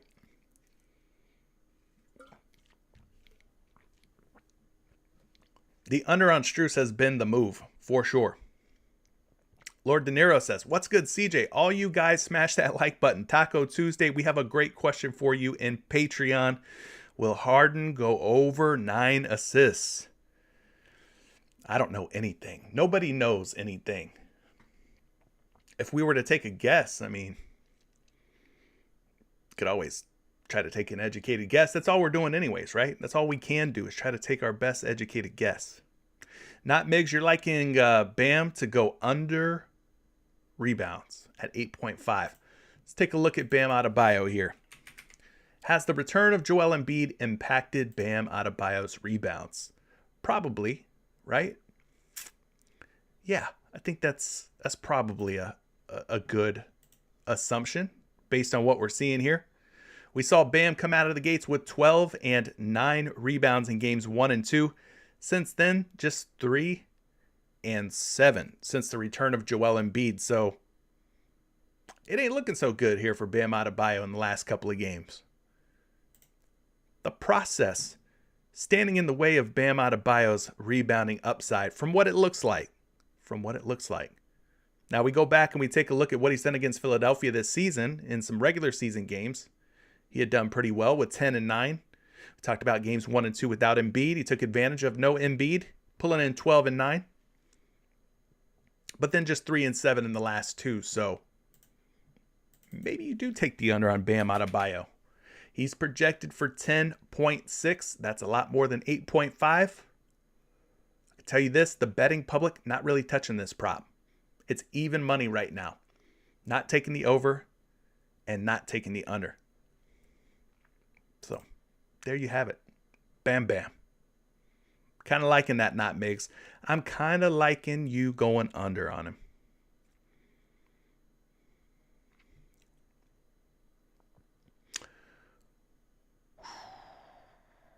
Anything else from this game? I think we move on at this point, right? Let's look at the Dallas Phoenix game. Anybody from the Dallas Phoenix game for rebounds that you guys are liking? I was feeling the under on DeAndre Ayton at 10.5 boards. Just when I started thinking, take the under on DeAndre Ayton's rebounds. Then he started rebounding again. And I'm like, well, damn. I guess I can't take the under on DeAndre Ayton's rebounds. Let's look at him real quick, though. Let's take a look. I think you guys can kind of see why I was considering taking the under on DeAndre Ayton. For very much of the New Orleans Pelicans series, under was the way to go. He had one game where he had 17 boards. I don't know what got into him there. Games 1 and 2 against Dallas, 8 and 3. He went under 10.5 pretty easily there. But then in the last 2 games, he's been more assertive on the glass, pulling in 11 rebounds in back-to-back games. So I was thinking under on DeAndre Ayton. Guy was 1 for his last 8 games or something like that.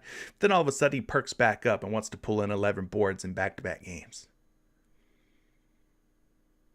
So do we go back under DeAndre Ayton, being that this game's going back to Phoenix? When we look at his all his home games, I should say, all his home games throughout the playoffs, DeAndre Ayton rebounds at home, not really working out so much. 9, 9, 9, 8 against Dallas, 3 against Dallas. He's now 0 for 5 at 10.5 rebounds at home in Phoenix. Does that entice you to maybe take the under on DeAndre Ayton? Being that the game's going back to Phoenix tonight.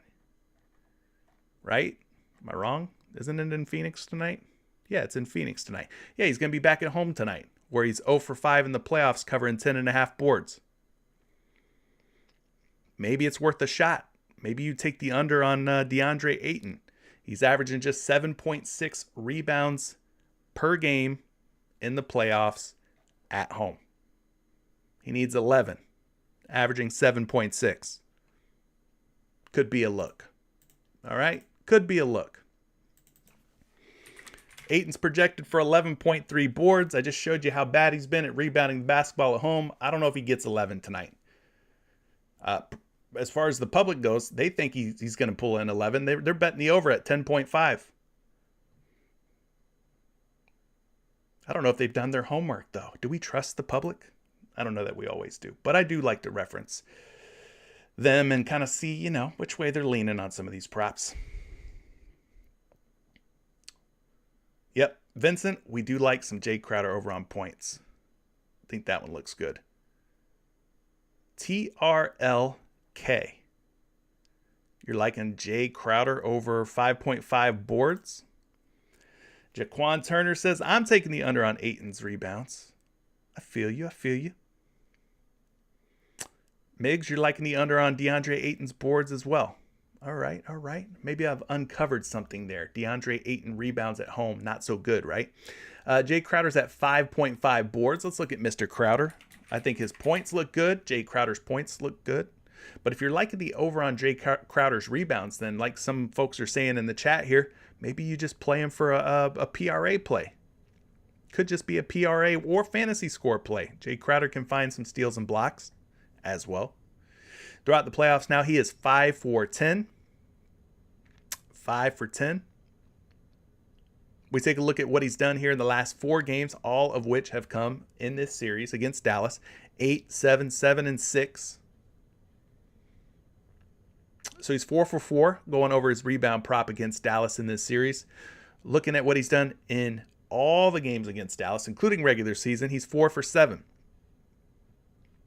4 for 7. Crowder projected for 5.9. The public is liking the over on him. Minus 140 to go over 5.5 boards. Accolade Rhyme says that his friends liking Crowder's rebounds as well. Love it. Shout out to Jackie Bateman and Cuzzy Young for subscribing to the channel. Appreciate you subscribing. Thank you for your support.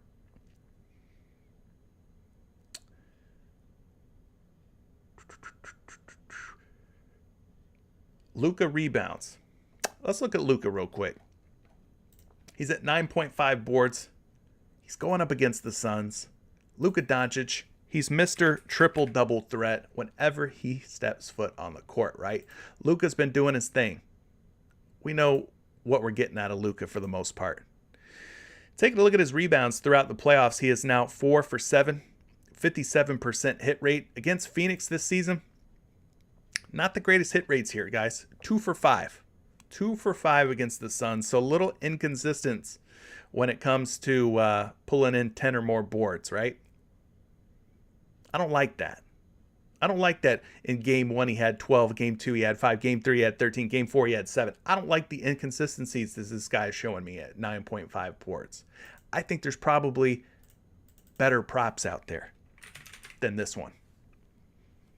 He's projected for 10.1, but at 9.5, the public's taking the under. Yeah, this is a fat fade for me. I think I'm staying away from that. Jackie Paper says, run those likes up. Aiden Eli Williams also showing love for the likes. He says, hit that like button. Emerson's Baby Gap shirt says, what's up, CJ? What's up to you? Thanks for being here. But yeah, I'm going to fade Luka at 9.5 boards. I just think that there's better moves to make. Heck, I like DeAndre Ayton under 10.5 rebounds at home more than I like Luka over 9.5 rebounds. Ray's liking some JaVale McGee. Okay, you guys have mentioned JaVale McGee over on points at 4.5. You've now mentioned JaVale McGee over on rebounds at 3.5. So you should probably include JaVale McGee on your PRA list tonight, right? You're liking his points and rebounds. He should probably be in contention for your PRAs as well. Let's look at JaVale McGee. In the words of Shaquille O'Neal, JaVale McGee. No longer Shaq than a fool. He's actually been playing pretty well lately. Let's bump him down to 3.5 boards and take a look and see what he's done here. He's just 4 for 10 at 3.5 rebounds. 40%. The last 2 games have been better, 7 and 6. But the first 2 games, 3 and 2. I think I trust his points a little bit more. Call me crazy. Call me crazy. Maybe I am. But I trust his points maybe a little bit more than his rebounds at 3.5. Against Dallas this season, he's now 5 for 7, 71%. So averaging a healthy little 4.9 rebounds per game against the Mavs. But I think I like the points more. He's projected for 4.8 boards. He is a betting favorite to go over 3.5 boards, minus 135. Father Luis, have I been winning lately? Brother, I had a 10x last night on some pitcher fantasy score. I'm winning. Yeah, Gobert's drunk. Okay, we know Shaq would have put Rudy Gobert under the basket and dunked it on his damn head. Gobert's nuts. Get out of here with that. All right, let's move on from some rebounds. You guys got any PRA or fantasy score plays that you're liking? I've always been a movie. I don't know what that means, but thank you. I'll be waiting on my Academy Award. PRA plays. Yeah, Jimmy, JaVale, Dwight Powell under PRA. All right.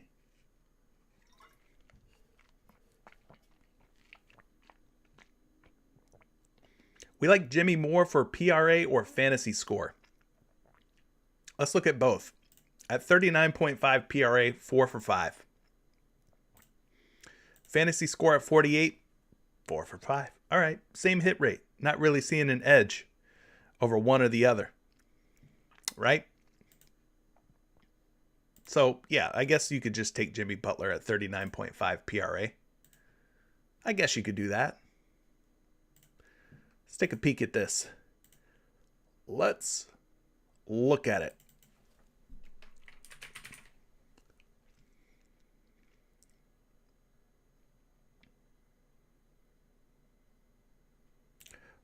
Boom, boom, boom. All right.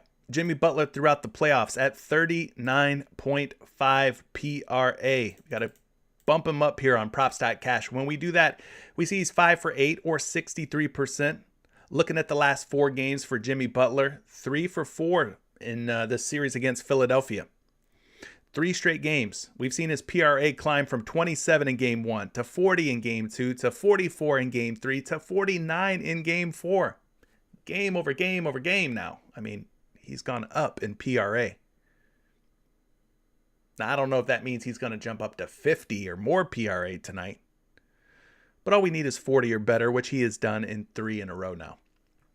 So I could get behind that. I could get behind Jimmy Butler having himself a healthy little PRA line. No sweat. No sweat. He's projected for 40. You are paying a premium. A premium on Jimmy Butler at 39.5 PRA. What do I mean by that?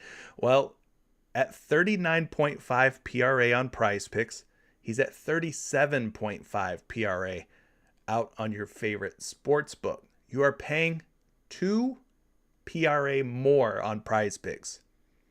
We call that superstar tax. You're paying superstar tax for Jimmy Butler's PRA. Just to let you know, this is not value. This is the opposite of value. You're paying a premium. So maybe for that reason, you take the fantasy score at 48. I don't like paying more for something. Do you like paying more for something? Do you like paying 2 more? Like, let's say $2 more for a gallon of gas? I don't like doing that. So maybe I take the fantasy score instead of the PRA at 39.5. Because I don't like paying more for stuff. And in this case, I'm paying 2 PRA more on Jimmy Butler's PRA at 37.5 versus 39.5. I don't like paying more. So if you like the over on Jimmy Butler, if you feel he has a great game, hey, right here's an alternative that maybe you're not paying more for, his fantasy score. So what about these other PRA props?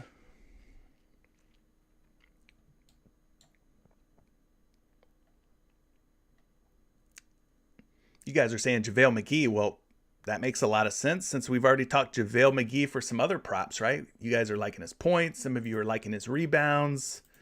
So, of course, JaVale McGee would be up there for the conversation of a PRA prop. That makes sense.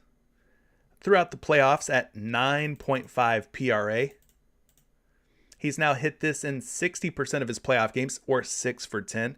The first 2 games, it would have been death by hook. Finished with 9 PRA in game 1, 9 PRA in game 2. Both of these games in Phoenix. If you believe in home and road splits, maybe he finishes with 9 tonight at home in Phoenix. But the last 2 games on the road against Dallas, 15 and 13 PRA respectively. So breezing right through that 9.5 PRA in the last 2 games. As far as the projection goes, JaVale McGee projected for about 12 points plus rebounds plus assists, but he is being bet under 9.5 at minus 130. So they're not showing the same faith in JaVale McGee that they were a couple games ago. The public deciding that the under's going to be the move. Chris Smith's mentioning Luka under PRA at 49.5. Let's look at that one, because that could be a controversial call. Nobody ever feels comfortable or cozy taking the under on a superstar like Luka Doncic, do they? I mean, I don't. I never feel good about taking the under on Luka Doncic. But at 49.5 PRA, you could see that there could be a good argument to take the under for Luka because he's now just 1 for 4 in covering 49.5 PRA in the series against Phoenix. And he's just 2 for 7. Just 2 for 7 in his playoff appearances this season. 29%. So 25% in this series against Phoenix, 29% in his playoff games. So, yeah, it's not going to feel great until it hits. But he's projected for 51.6 PRA at 49.5. That's where you're getting him on most sports books. At 49.5, we're seeing the public take the over at 50.5. They're not touching it. They're not going over or under at 50.5 so far. No action on Luka at 50.5 PRA.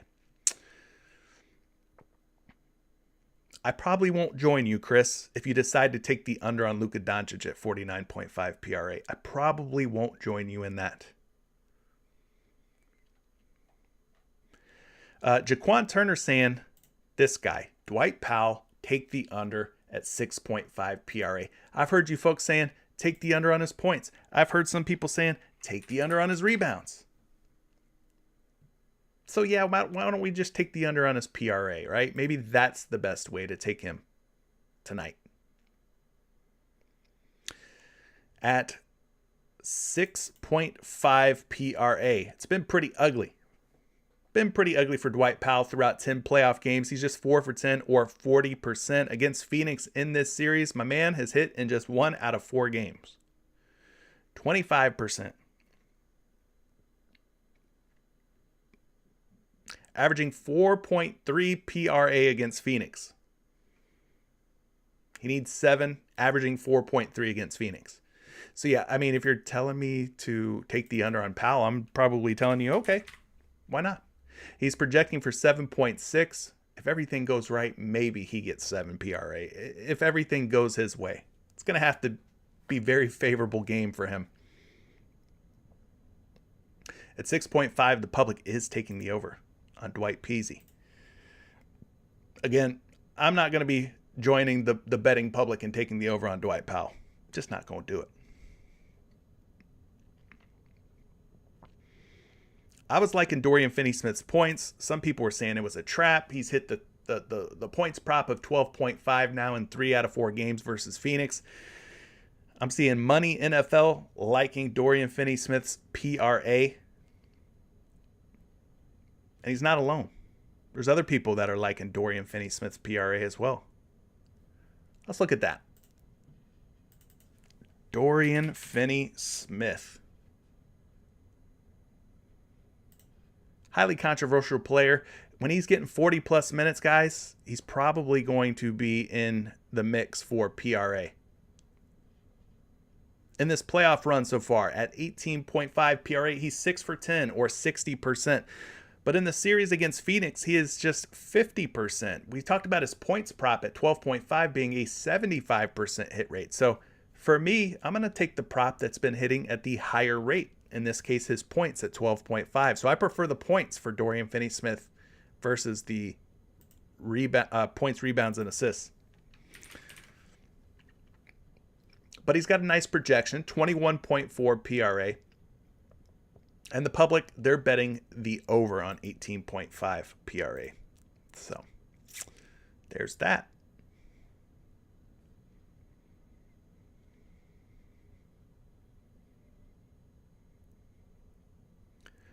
Yeah, Duncan, we talked both JaVale and Jimmy PRA. Both JaVale and Jimmy PRA were discussed. I think we talked about Jimmy. You're paying superstar tax at 39.5 PRA. He's at 37.5 on the books. So in that case, I kind of like the fantasy score a little bit more. Unless you like paying more for things, then you take the over on Jimmy Butler because you just like paying more for things. But JaVale looked decent for PRA too, I guess.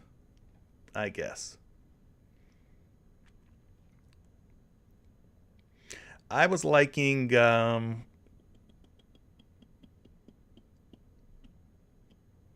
was I liking for PRA? Well, heck, I can't remember now. I've lost my mind. Michael McNeil, you're saying take Joel Embiid under 39.5 PRA. Let's go back and take a look at that then.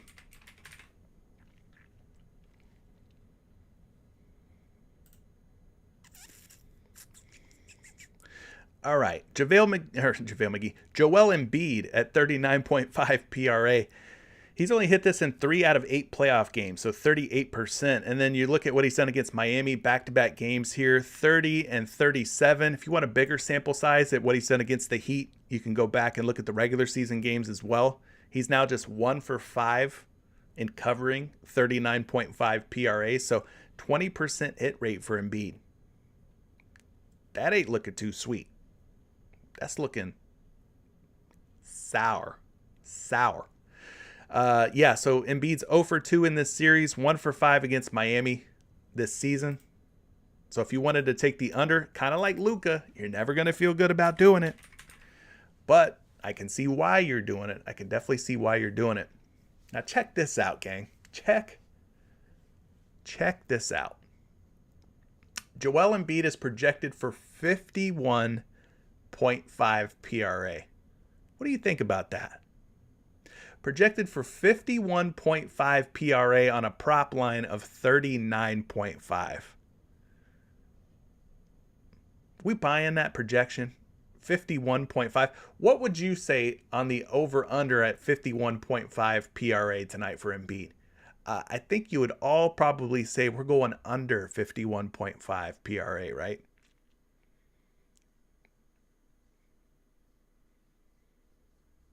$51.5 PRA. Yeah. Duncan, I see what you're saying there about Jimmy Buckets and that PRA. I thought the same thing. Didn't want to say it, but I thought the same thing, Duncan. Don't be surprised, right? If we see that Jimmy Buckets taco later. But yeah, there's no way in the world that I could take the over on Joel Embiid at 51.5 PRA. I'm taking the under. I think this projection's way too high for Joel Embiid at 51.5. Ridiculously high. But at 39.5 PRA out on sports books, you're seeing him being bet under, right? So there you go. Yeah, 51 SM, 51.5 PRA projection. I ain't buying that. I don't think so. No way, Jose. No way does he do that. All right. I think we're gonna move on here. Shoot, we're like 2 hours in. We gotta get through this. I see SM asked about a fantasy score for, who was that? Dorian Finney-Smith. Let me see if I have one for you. Let me see what I've got. Dorian Finney-Smith projected for 27.5 fantasy. He's at 24 on PrizePicks. We open up his game logs. He's hit the over at 24 fantasy score in 4 out of his last 5 games. 3 out of 4 in this series. The only game he didn't hit was when he played 20 minutes, game 2 against Phoenix. So I like that. I think Dorian Finney-Smith over fantasy score is a solid move. I don't mind that.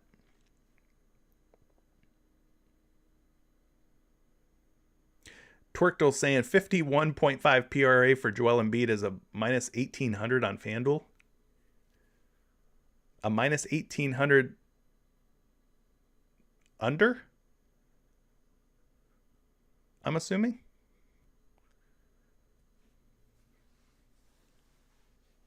Yeah. That's why I always say, like Surin is saying, that Joel Embiid is projected for like 41 to 42 PRA on Number Fire. So always cross-reference. Always cross-reference these projections with some of these other sites. Some of these models just get extremely high on some of these players. So. All right. 3-point makes. Any 3-point props that you guys are liking? We could just quickly take a look at the playoff hit rates for a lot of these 3-point shooters. Tobias Harris at 1.5, 50%. Not great. PJ Tucker's not up on the board. Tyrese Maxey at 2.5, 40%. We talked about his attempts going way down since Embiid's made his return 2 games ago. Jimmy Butler, not up on the board. James Harden at 2.5, 20% hit rate throughout the playoffs for him. Zach, what's up, my man? Hope your work day's going well, buddy. We'll make sure we take care of you later. We'll get some picks and some entries out there to you in Patreon and Discord since you're at work working so hard, buddy. We'll make sure we throw some winners out there for you. Spencer Dinwiddie. take a look at that game. Dallas and Phoenix. Dinwiddie is at 1.5. Yes, he's got a 60% hit rate throughout the playoffs so far. So if you wanted to go with Spencer, I couldn't be mad at you for that. Let's take a look at what he's done here throughout the playoffs.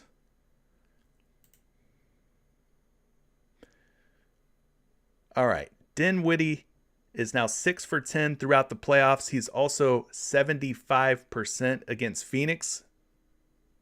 3 out of 4. He's hit the over at 1.5 3-point makes. So things are looking pretty good here for Dinwiddie. Get you a projection on this real quick. I got him projected for 1.4. Public's also taking the under. Minus 130, under 1.5. So money, they don't like Spencer Dinwiddie quite as much as you do.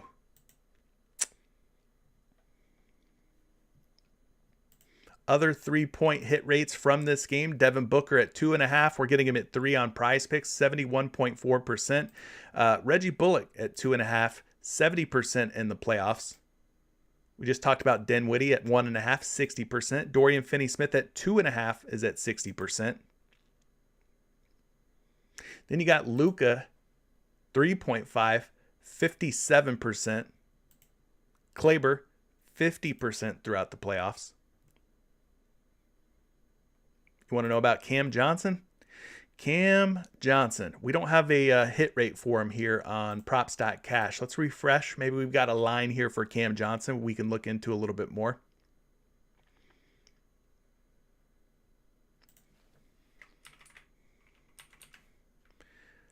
Cameron Johnson.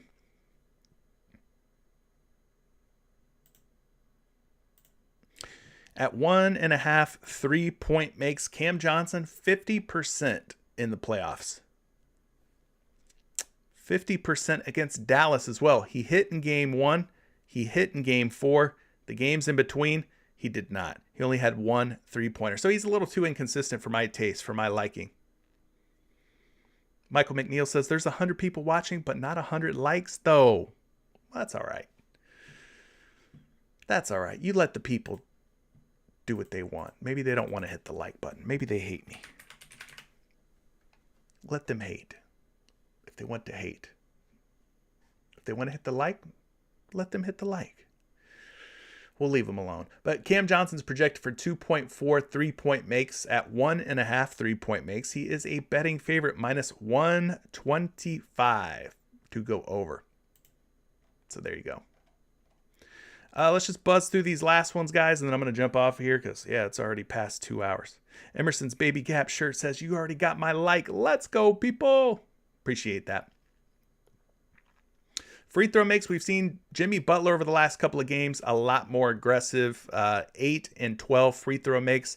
You could go back to Jimmy Butler if you wanted to take a free throw prop with him. I'm not mad at that. We've also seen James Harden doing a much better job over the last 3 games getting to the free throw line. He's now made 7, 8, and 9 in his last 3 games. So he's hit 7 or more in 3 straight. So seems like James Harden's starting to find the free throw line a bit more. At one point, Joel Embiid was almost automatic to go over 8.5 free throw makes. I don't know that he's so automatic anymore. I mean, we've seen him top out at 9 free throw makes over the last 5 games. Not feeling great about him. Bam Adebayo had 4 straight games where he had hit 5 or better. Fell down in game 4 with just 3. Maybe he's in a bounce back spot. Maybe you go back to him. Tyrese Maxey, 4 out of 5. Maybe you go Maxey. Luka had a nice little hit rate going against the Phoenix Suns at 7 free throw makes. We've seen that really start to fall off in this series. I don't really trust Luka. Booker, he's too inconsistent for my taste. Maybe Jalen Brunson, who has hit 3 free throws in his last 2 games. Chris Paul, not being aggressive. So I can't really take him. Can't really take him.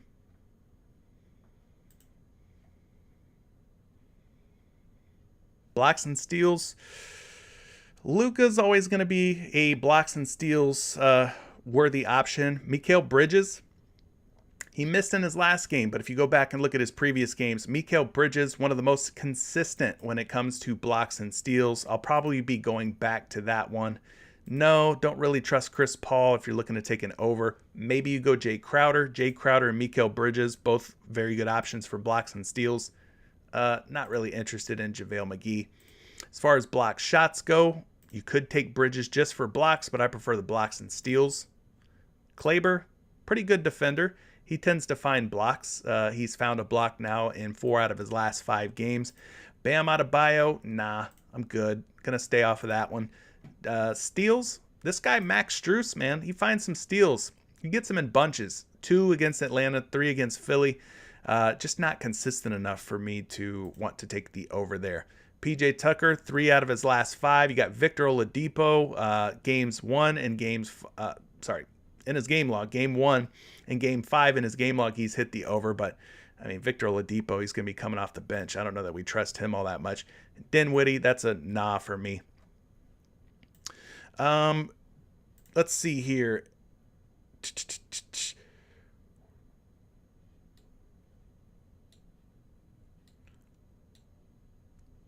Jack wants to know, am I going to drop the locks? I won't know that they're locks until the games end, unfortunately. But I will go through what we've talked about today on the stream. We've talked Max Strus under on points. Sounds like most people are a little hesitant to go back to James Harden. They're not quite sure if they believe in this version of Harden that we saw in the last game. Danny Green was at 7.5 points. He's already been bumped up to 8. I would still think that he's fine at 8. Still think he's probably okay at 8. Jimmy Butler's been on a nice little scoring tear. If he's going to continue to shoot 20 plus times, get to the free throw line 10 or more times, then yeah, I think Jimmy Butler's point should probably be considered. From these other games, I think I'm buying low on Chris Paul at 15.5 points. I think he's going to have to show up here, so I don't mind that.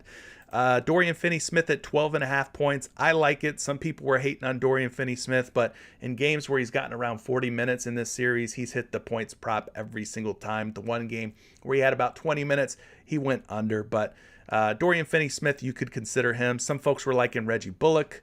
I probably don't like Reggie Bullock quite that much. Jay Crowder at 10.5 points. He's been hitting. That's been looking like a pretty good move. Some folks were saying take the under on Dwight Powell at 3.5 points. He's not very involved in the offense, so if you wanted to take the under there, couldn't be mad at you for doing that. Could not hate you for that.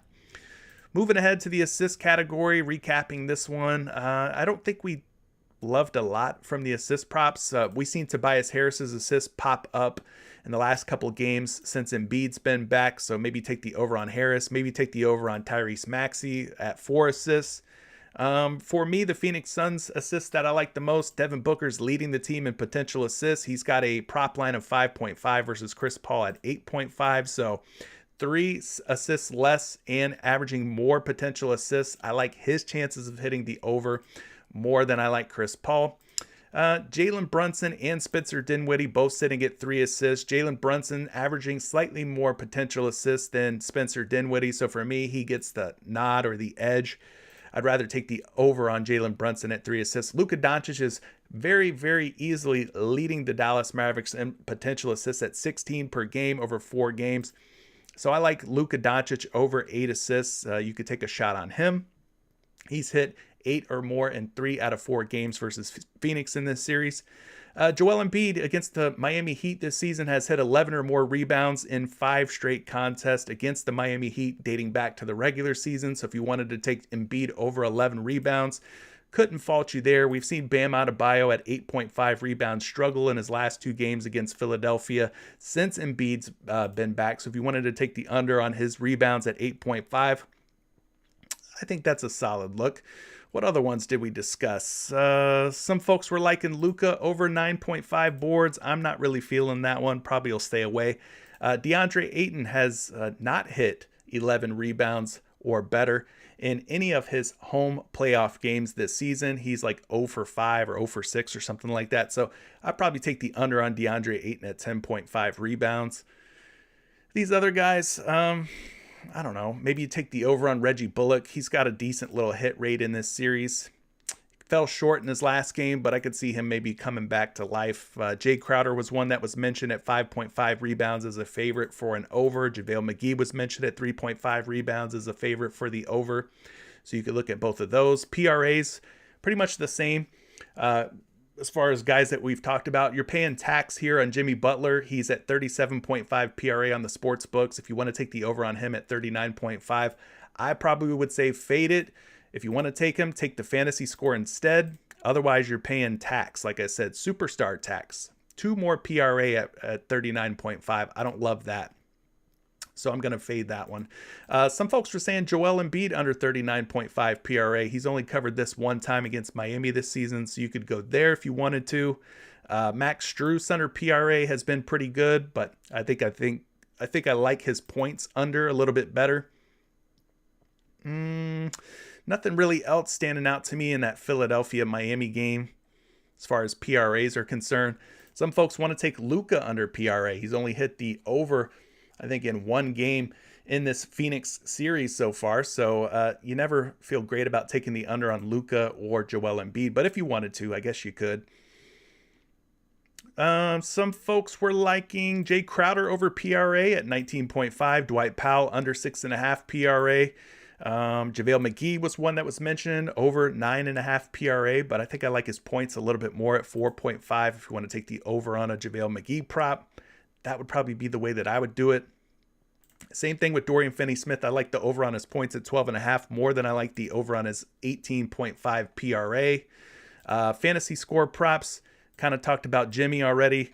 Probably prefer his fantasy score, which has the same hit rates as his PRA if you wanted to go there. Dorian Finney-Smith, we looked him up. He looked like a pretty solid fantasy score option. He's hitting 3 out of 4 games. The only game he didn't hit was the game in which he had 20 minutes. So, you know, I don't mind you going back to Dorian Finney-Smith. Jay Crowder's been doing a good job hitting his fantasy score too at 24, 4 straight games. If you wanted to take Jay Crowder, couldn't be mad at you there. Reggie Bullock had himself a bad game, but previous games he had hit his fantasy score at 18 if you wanted to go there.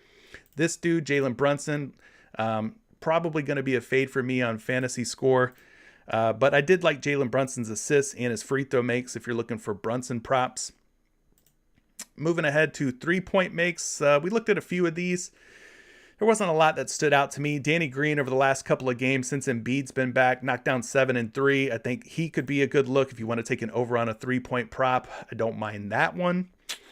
Otherwise, from this other game, we talked a little bit about Cam Johnson. Too inconsistent for my taste. Probably won't go there. Maybe you go Dorian Finney-Smith for 3-point makes. But I still think I prefer his points more than anything.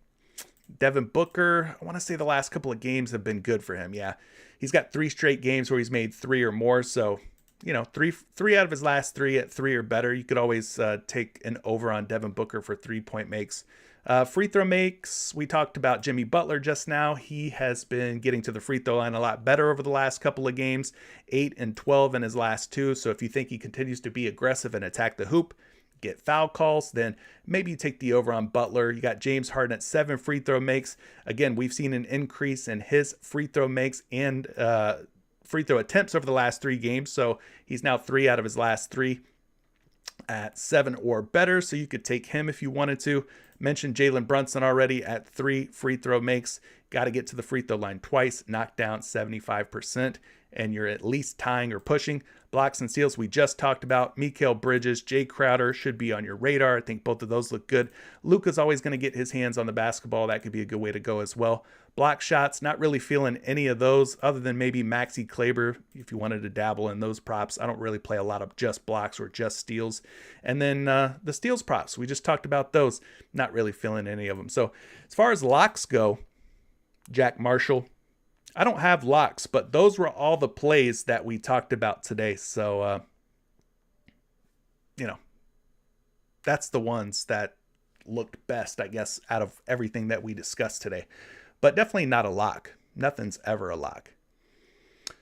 And then finally, Accolade Rhymes, who so kindly reminded me about the double-double. I don't have anything.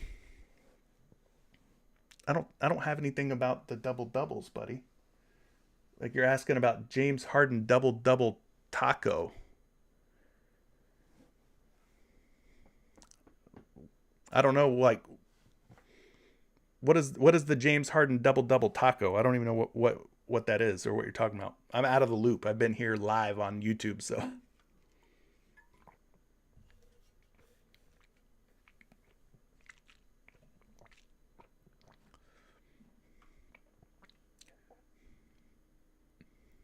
What is the James Harden double-double taco? I don't even see double-double up on the board.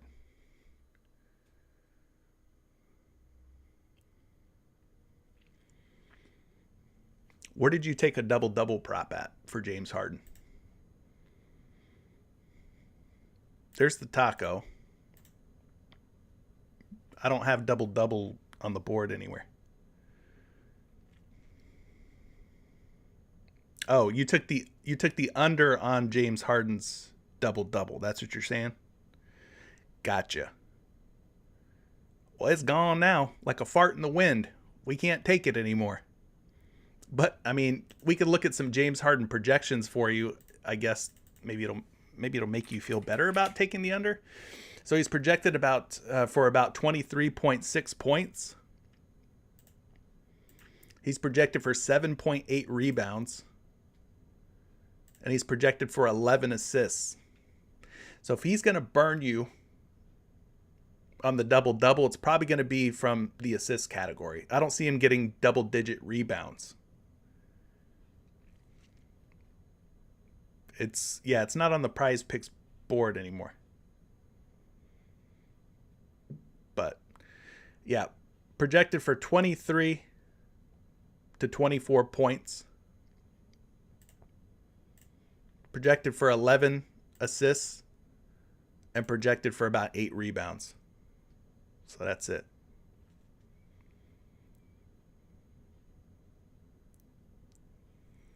Does Campaign get 1 3-pointer? I don't know. No.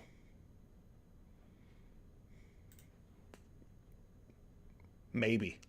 I have no idea. Let me check my crystal ball. No, I have no clue, man. That's one of those props where it's either going to be 0 or it's going to be 1, right? It's not like he's going to knock down 2 or 3. He doesn't do that a whole lot, but